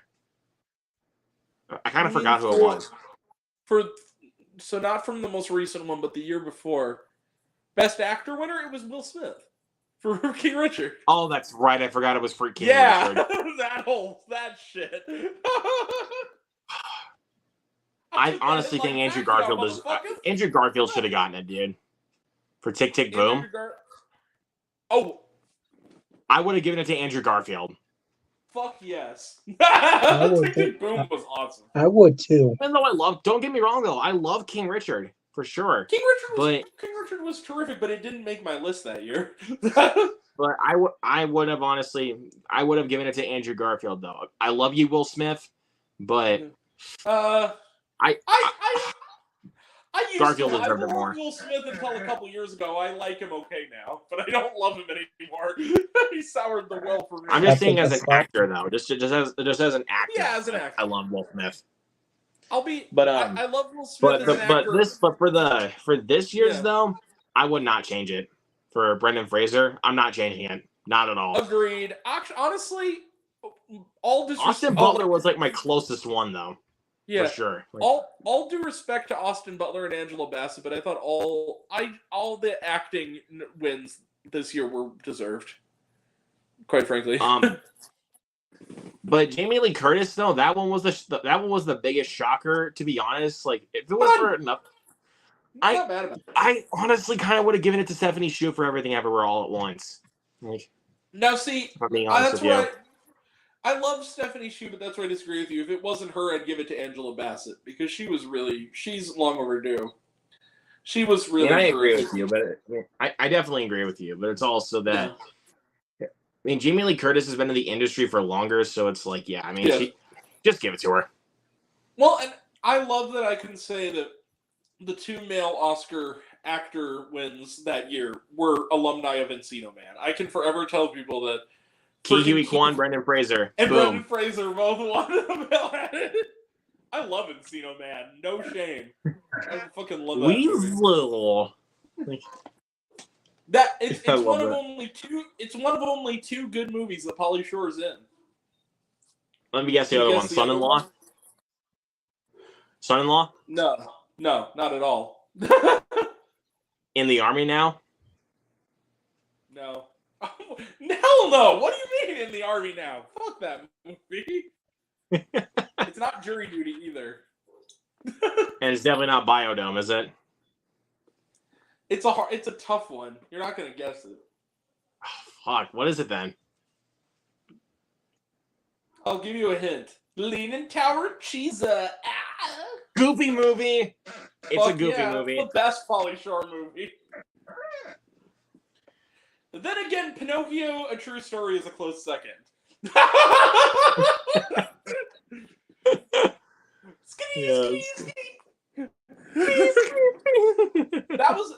That was gonna make my worst of last year, except it wasn't good enough. Well played. I'm trying to. Father, when can I leave to be on my own? I got the whole world to see. I'm a weasel. Yeah. Lisa. Let's see. I'm trying to remember again. Trying to. Oh yeah, the year before, was Anthony Hopkins for The Father. Which honestly, that was the shocker right there. That was the shocker. All due respect to Chadwick Boseman, I love him. I will always treasure him as an actor. As brief as his career was, he was amazing. And he was amazing in Ma Rainey's Black Bottom. I thought he was phenomenal in that movie. Anthony Hopkins should have won. I'm sorry, I'm just going to say it. The Father messed me the fuck up. I honestly think I would agree with you with that one. Dude, The Father, that was a movie I saw the same day as I think I saw Barb and Star the same day I saw The Father at home, and I was just like, I actually intentionally said, I feel like The Father I have to watch first. Because if I watch it last, I'm gonna go to bed depressed. And I was right. Because The Father, oh my god, the ending of that movie, if you don't cry at the end of that movie, you don't have a soul. There, I said it. That movie is just devastating. Except, I finally watched The Sun, though. Fuck that movie. By the way, I want to call for movies that did not deserve to win Best Picture. Nomadland did not deserve it at all. Sorry. I disagree, Gary. Judas and the Black Messiah deserved it. I don't care. Judas and the Black Messiah was terrific. Here's the thing. That whole Oscars was so dumb because you shouldn't be including movies from other years. That's not fair. It should be for the year that it's actually... It should have been for 2020. I don't give a shit. Put Kajillionaire in there. Fuck. They should have been nominated for 2021. They both came out in 2021. I don't fucking care about film festivals or whatever. If that's the year that most people saw it, it's the year it came out. That's my criteria. But it was technically released in 2020. It was released at film festivals in 2020. It didn't begin its limited release until January of 2021. So it's a 2021 movie. I'm sorry. It's the same way with Yes, God, Yes, where technically I think premiered at festivals in 2018, but it didn't come out in theaters and on VOD until 2020. So it's a 2020 movie. I feel like that's created to be like, I don't like that whole mentality of the people who are like, well, actually, it's like, it doesn't matter. If it came out to the general viewing public, at least in a limited capacity, that's the year I qualify it for. That's why, if you look at my list archives, my number 3 for 2021 was Nomadland. It wasn't on my 2020 list because it wasn't a 2020 movie in my criteria. Personally, it's the same reason why Worst Person in the World was my number 1 of 2022. Because they premiered at festivals the year before, but they didn't come to this country in any kind of theatrical run or streaming run until the year of 2021 or 2022. That's the way it is. But then that's also the same kind of debate we have with A Man Called Otto. Well, right, but see, A Man Called Otto, though, does fit that criteria because it did play in theaters in the United States in 2022, though. See, that's the thing is that... But the thing is, though, Grant, when did all of us get to see it? That's true. 2023. That's true, but you see, that's where it splits hairs, though, because there were theatrical screenings that were widespread in major cities for Auto when 2022 is still 2022, whereas Nomadland, if you couldn't get to the Cannes or Sundance Film Festival or TIFF, and you only could go to your local theater, whether that be in limited or wide, you didn't see it at all until 2021. That's the difference. If you were living in LA and New York, you could have seen A Man Called Otto before 2022 was over. I'm just saying, like, it's a cutoff, but it's over. It's right under the line of the cutoff, whereas Nomadland was over it. You know what I mean? Yeah, I get it, but... Which, again, everybody else has their own criteria. Like, it's the same reason why I like movies won't be included on my list for this year unless it comes out in the U.S. this year, because I saw it through not the most legal means from a copy sent to me from a friend in Canada, because it came out in Canada, but it never came out here. They don't even have a distributor. Well, that's also the same reason why you probably want to include A Little Prayer and Sometimes I Think About Dying on your list, because you saw them at Sundance, but they haven't gotten confirmed yet for a release. Yes, although I am on pretty good authority that I believe A Little Prayer is coming out sometime this fall. So that might still qualify. They don't have a set date, but that's what I hear from people in the know, is that that one is actually getting set up. We at least talked about it. Yeah, okay? we did. So, I mean, yes, I know if we go off on other topics, at least we accomplished the one thing we needed to do, which was talk about it. Exactly. But I was gonna say, let's see. I'm trying to think of, would you think that last year's animated feature was actually pretty stacked for the nominations? Pretty stacked, because we had, what do we have? Pinocchio, which obviously won. Puss in Boots was the deserved winner in my opinion, but I liked other ones that were nominated as well. Let's see, Puss in Boots, which was actually my personal pick. But that was my second choice. I liked Puss in Boots quite a bit. Then Turning Red. Also liked that one. What else was there? There was the Sea Beast, which I still haven't seen. The Sea Beast, which was really good. Okay. And fuck. Nimona better get a nomination this year, or I'm gonna riot. Again, I'm trying to think of it for a second. What was the other one? I guess, Grant, you're my resource guy. Well, yeah. Okay. Hold on. Here's the other thing. Some people would argue, but Grant, the 2020 Suzume is on your 2023 list, but it came out in Japan in 2022. I'm like, are we in Japan, or are we in the United States? Well, it came out in April in the United States, 2023. There you go.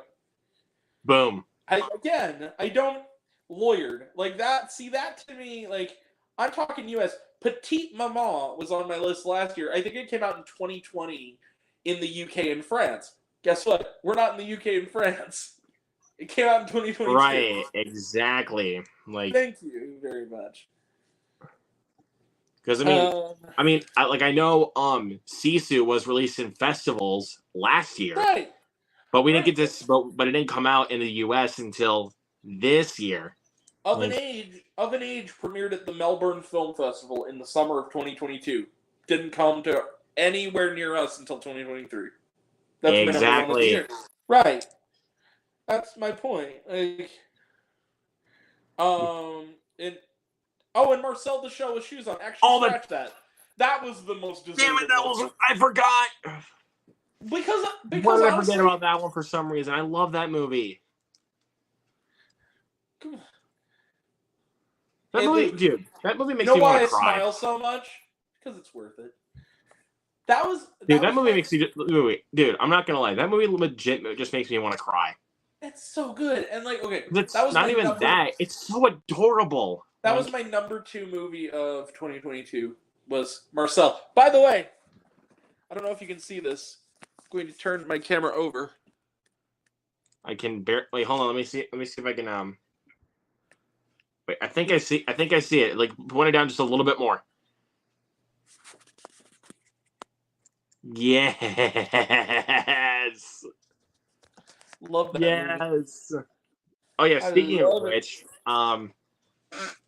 if I can actually get it to work through the printer, for the fun of it, I actually might print out a poster for Skinamarink. Bro, like that. Oh my god. Yeah. Fucking creepy.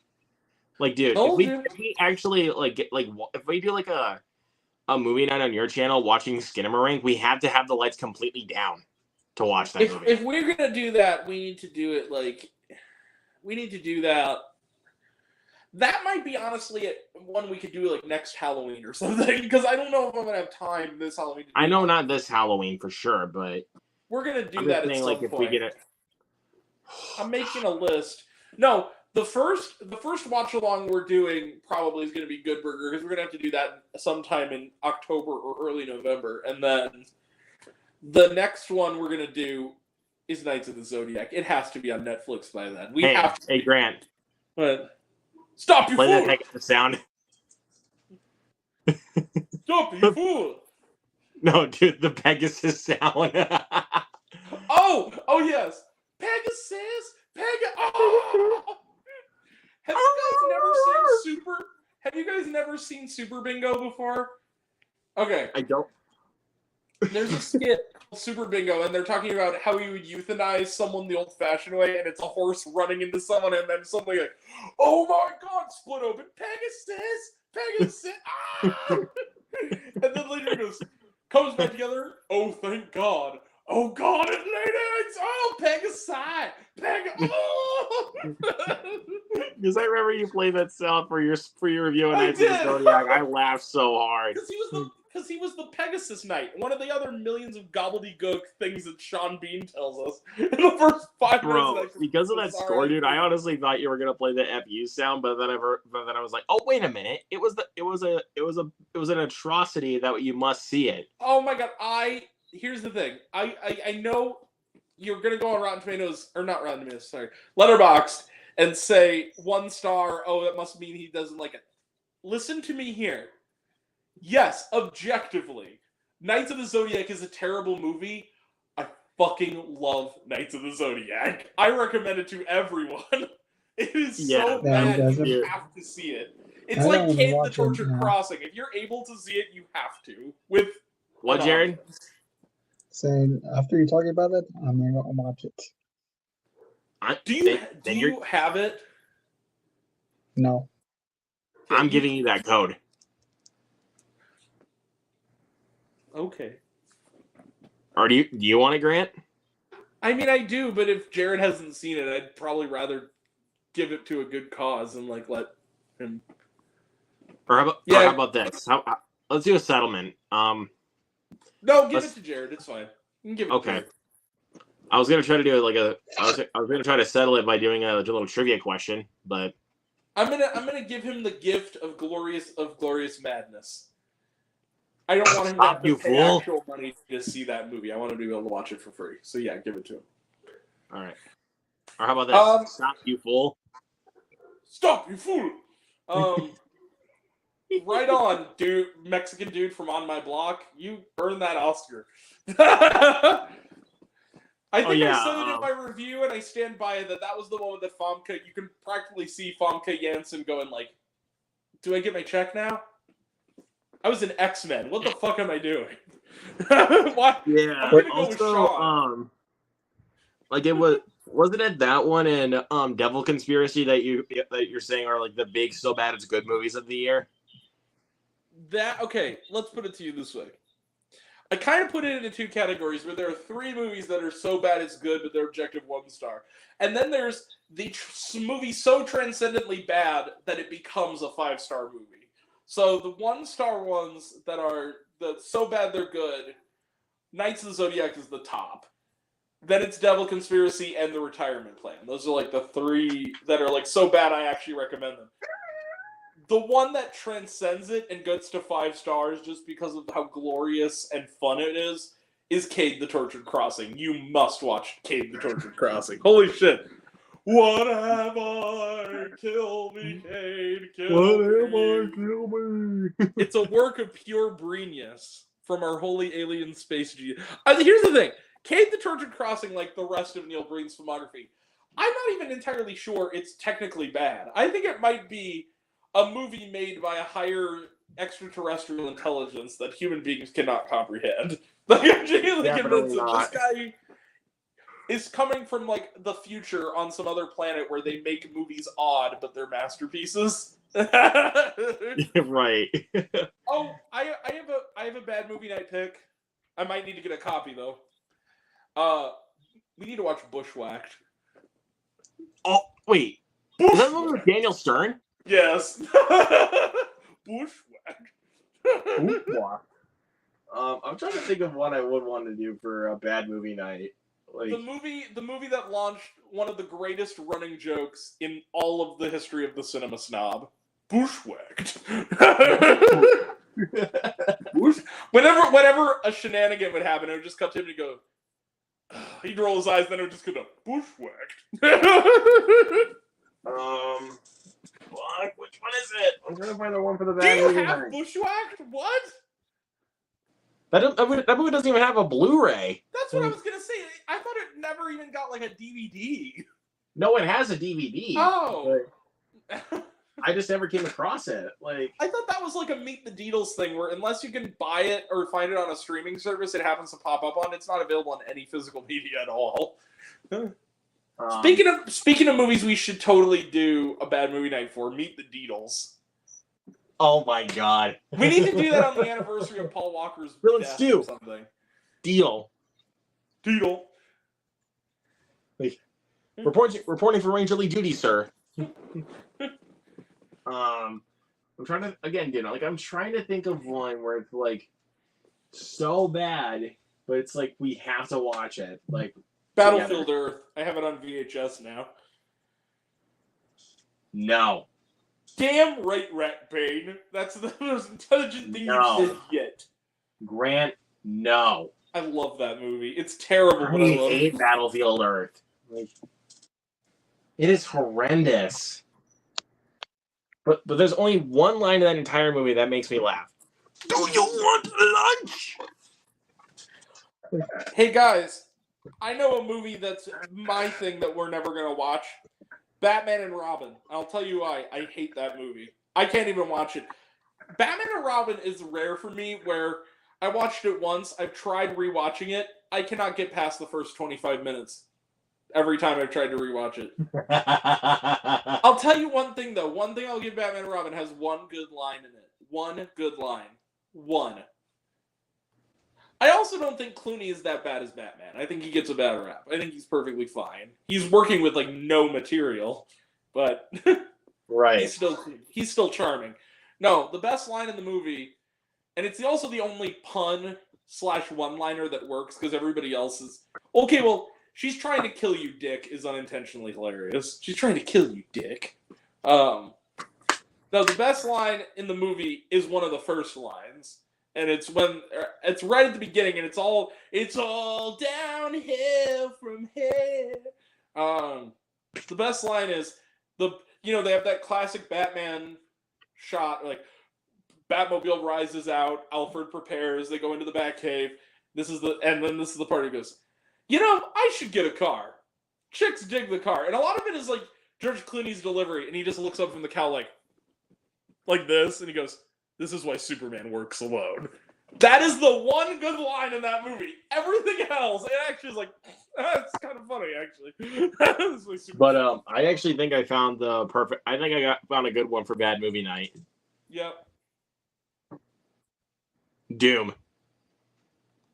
Aren't the movies supposed to be bad for bad movie night, though? I'm kidding. This movie is bad. No, that's why I said I was kidding. Yeah. The best part of... Here's why I'm glad Doom exists. The Ebert and Roper review is one of their best freaking reviews.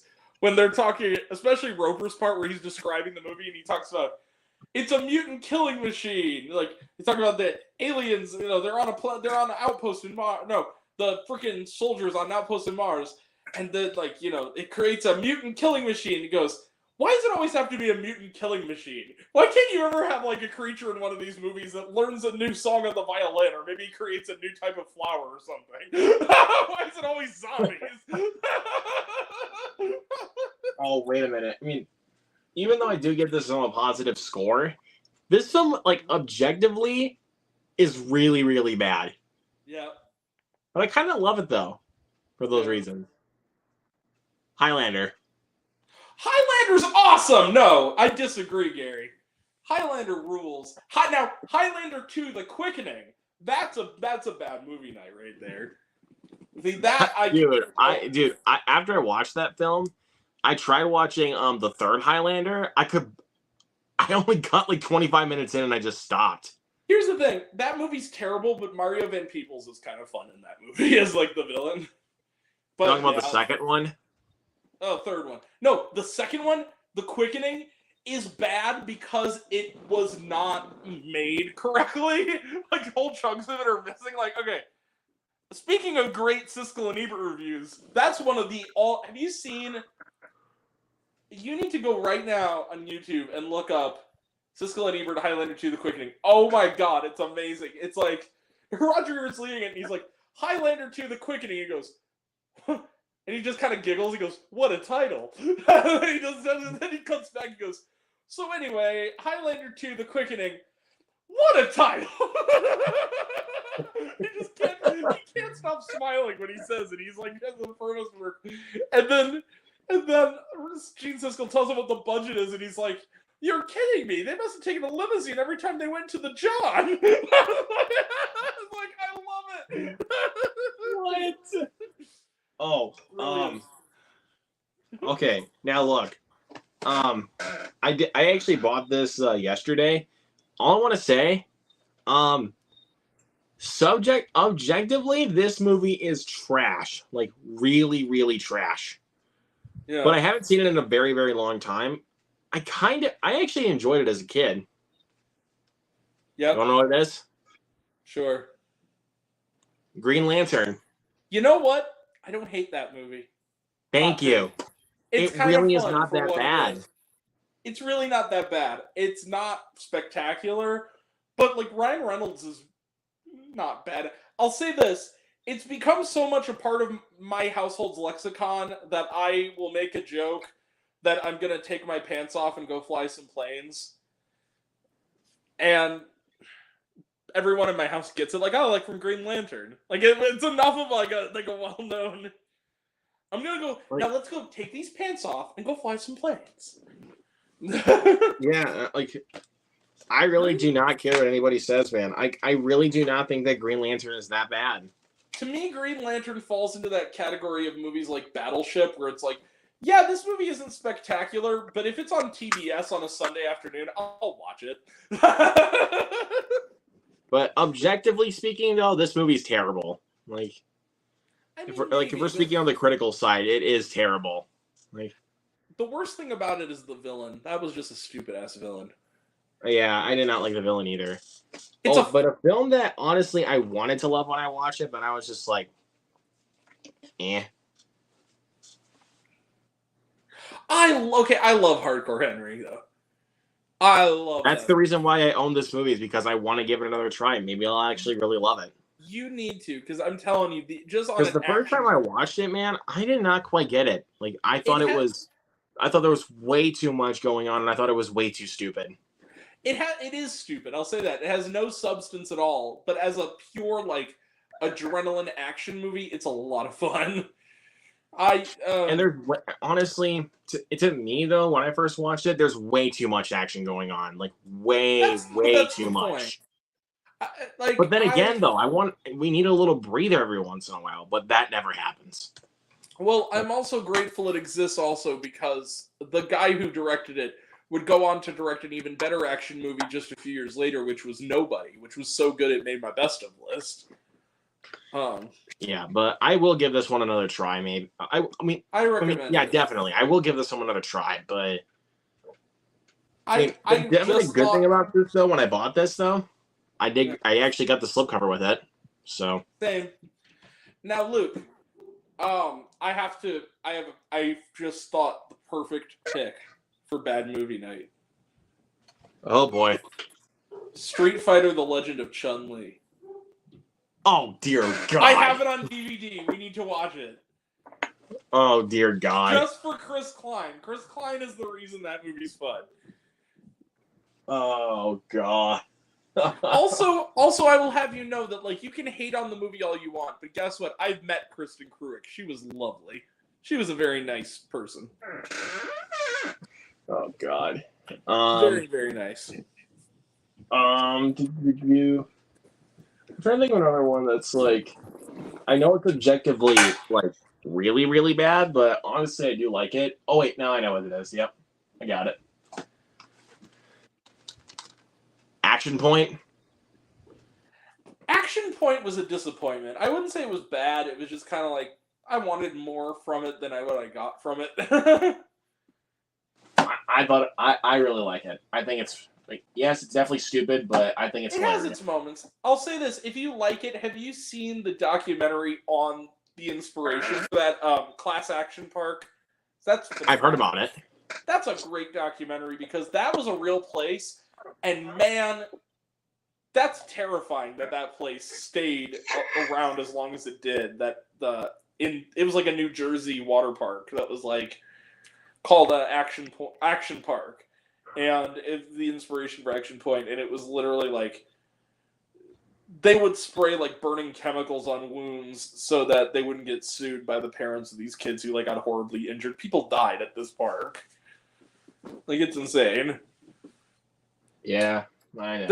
There's a great line in that movie where Chris Gethard, who is a comedian, you've seen him in. You may not know the name, but if you see his face, like, oh yeah, he's been in a lot of Will Ferrell movies. He has a great line in it where he says, "Nobody wants to be the second kid to die in a wave pool. Close the fucking wave pool." It's like, yeah, exactly. It's like, exactly.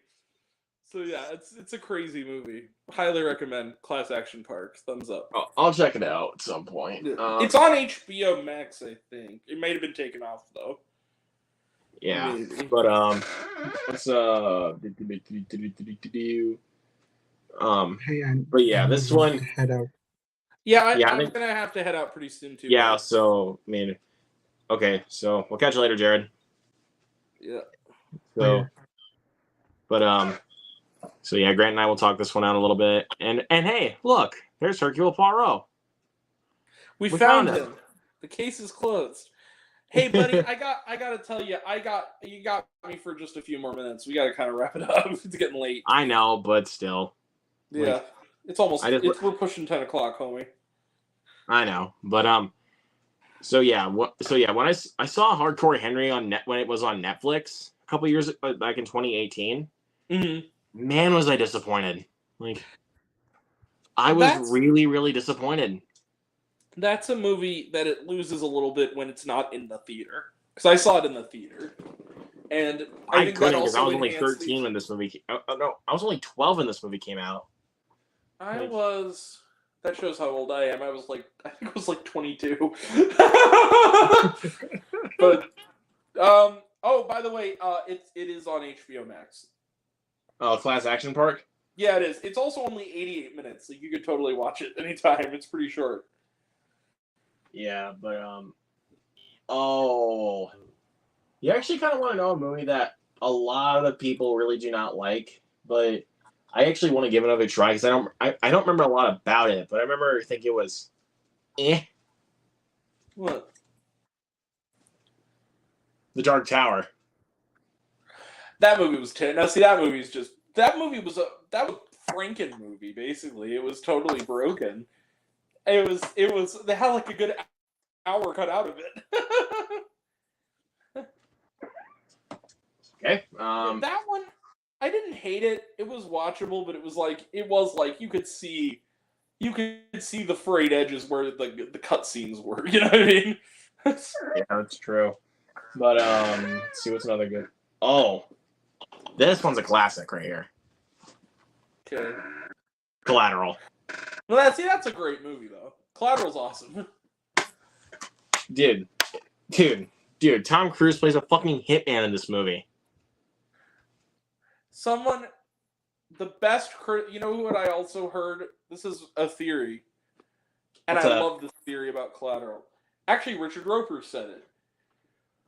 Tom Cruise is playing a human gun. And the reason he says he's a human gun is, like, notice his hair is silver, much like a gun. Right. He's literally a human weapon. He literally is he basically is a guy who will go off at any moment and kill you. He's a gun. A definite gun. That's really cool, though. I had never thought of that. Like, that's a neat theory. That he's basically like a human representation of a gun. For sure, yeah. But guys, I think we'll go ahead and wrap it up. We just crossed the 2-hour mark. But yeah. But Grant, thank you so much for coming on, man. And we'll probably be back tomorrow, more than likely. Probably be back tomorrow. And so what? Okay, so remind me, what are we doing tomorrow? We're reviewing both the Joyride movies, the Paul Walker sadistic trucker movie and the chick flick Joyride that came out this year. Yeah, the two most different movies with the same title you could possibly imagine. And it was not even my idea. Like, I know it wasn't, but I'm game. Let me just double check. You gave me the code for Joyride, yes, or you were in the process, right? I gave that to Movies and Trains. See, I don't have a copy of Joyride. That's the thing. The new one. I thought I had a copy. No, we're gonna review them. Like, we're not doing a watch along. Oh, I get you. We're gonna review them, not watch them. Okay. I feel that. Yeah, I'm in. I don't know if I can go as long as I did tonight, but maybe. That was because I'm actually off tomorrow, so I don't have any problems with that. I gotta go watch the Winning Time finale. By the way, for those who haven't seen it, watch Winning Time. It's great. The Lakers show on HBO. It's phenomenal. All right. Yeah, I mean, it's really good. I got to start my Saw marathon in the build of Saw 10. I need to start that marathon. Yeah, I'm gonna rewatch Saw 1 and Saw 2 because it's been a while and Saw X is between the two of them, so I feel like that's necessary. Yeah, but I mean, I got to rewatch all of them. So yeah. But anyways, guys, that might be it. So look forward to tomorrow for the Joyride reviews, the Paul Walker and chick flick one. And then next Saturday is when we're watching Asteroid City. So next Wednesday? No, Saturday. Okay, now I'm trying to think. So I'm on board for that one. My only thing is I might be seeing Dumb Money on Saturday, so it depends on when we do it. Because I can, like, put it off if I need to, the review, but I might not be. Depends on when I'm going to see the movie. I have to pick, like, a time to go. What time it is? Basically, like... Do they have, the times put up? Or... I have it in front of me. I mean, could you maybe do, like... Can we make it closer to 7 or 8, maybe? It's going to be at 7:30, so... Let me see. How long is that movie? I might be able to swing that one if we can do it at 7:30 on Saturday. That was the plan, because okay. Britsky was going to plan it for the 29th, but I had to decline because that's when I'm getting my wisdom teeth removed. Now, that one's on Peacock, right? Yes. Okay. All right, so, cool. You're lucky. Yeah. So, okay. I mean, let's see. I'm in. And then after that, I mean, I think that might be the last one before we do the sort of Halloween watch-alongs. Now, let me ask you this. When was the last time you guys saw Dark Shadows? Probably when it came out, right? No, I did not see that when I only saw that when it came out on DVD. I have not seen it since. So that'll be a refresher. Did you like it? I was okay on it. Yeah. That's become I'll say this. This is how much I love Dark Shadows. I named my dog Josette. That's how much. She might make a cameo. They tried stoning me, my dear. It did not work. Honestly, JoJo might make a cameo. I'm gonna see if I can bring her downstairs at least for the start of the watch along, so you can see how adorable she is. My fur daughter, and then I might have to put her back upstairs if she gets hyper, and starts tearing my shit up. But Yeah, you don't want to do that. But guys, that'll wrap it up for tonight. So we will catch you guys later. Peace. Peace.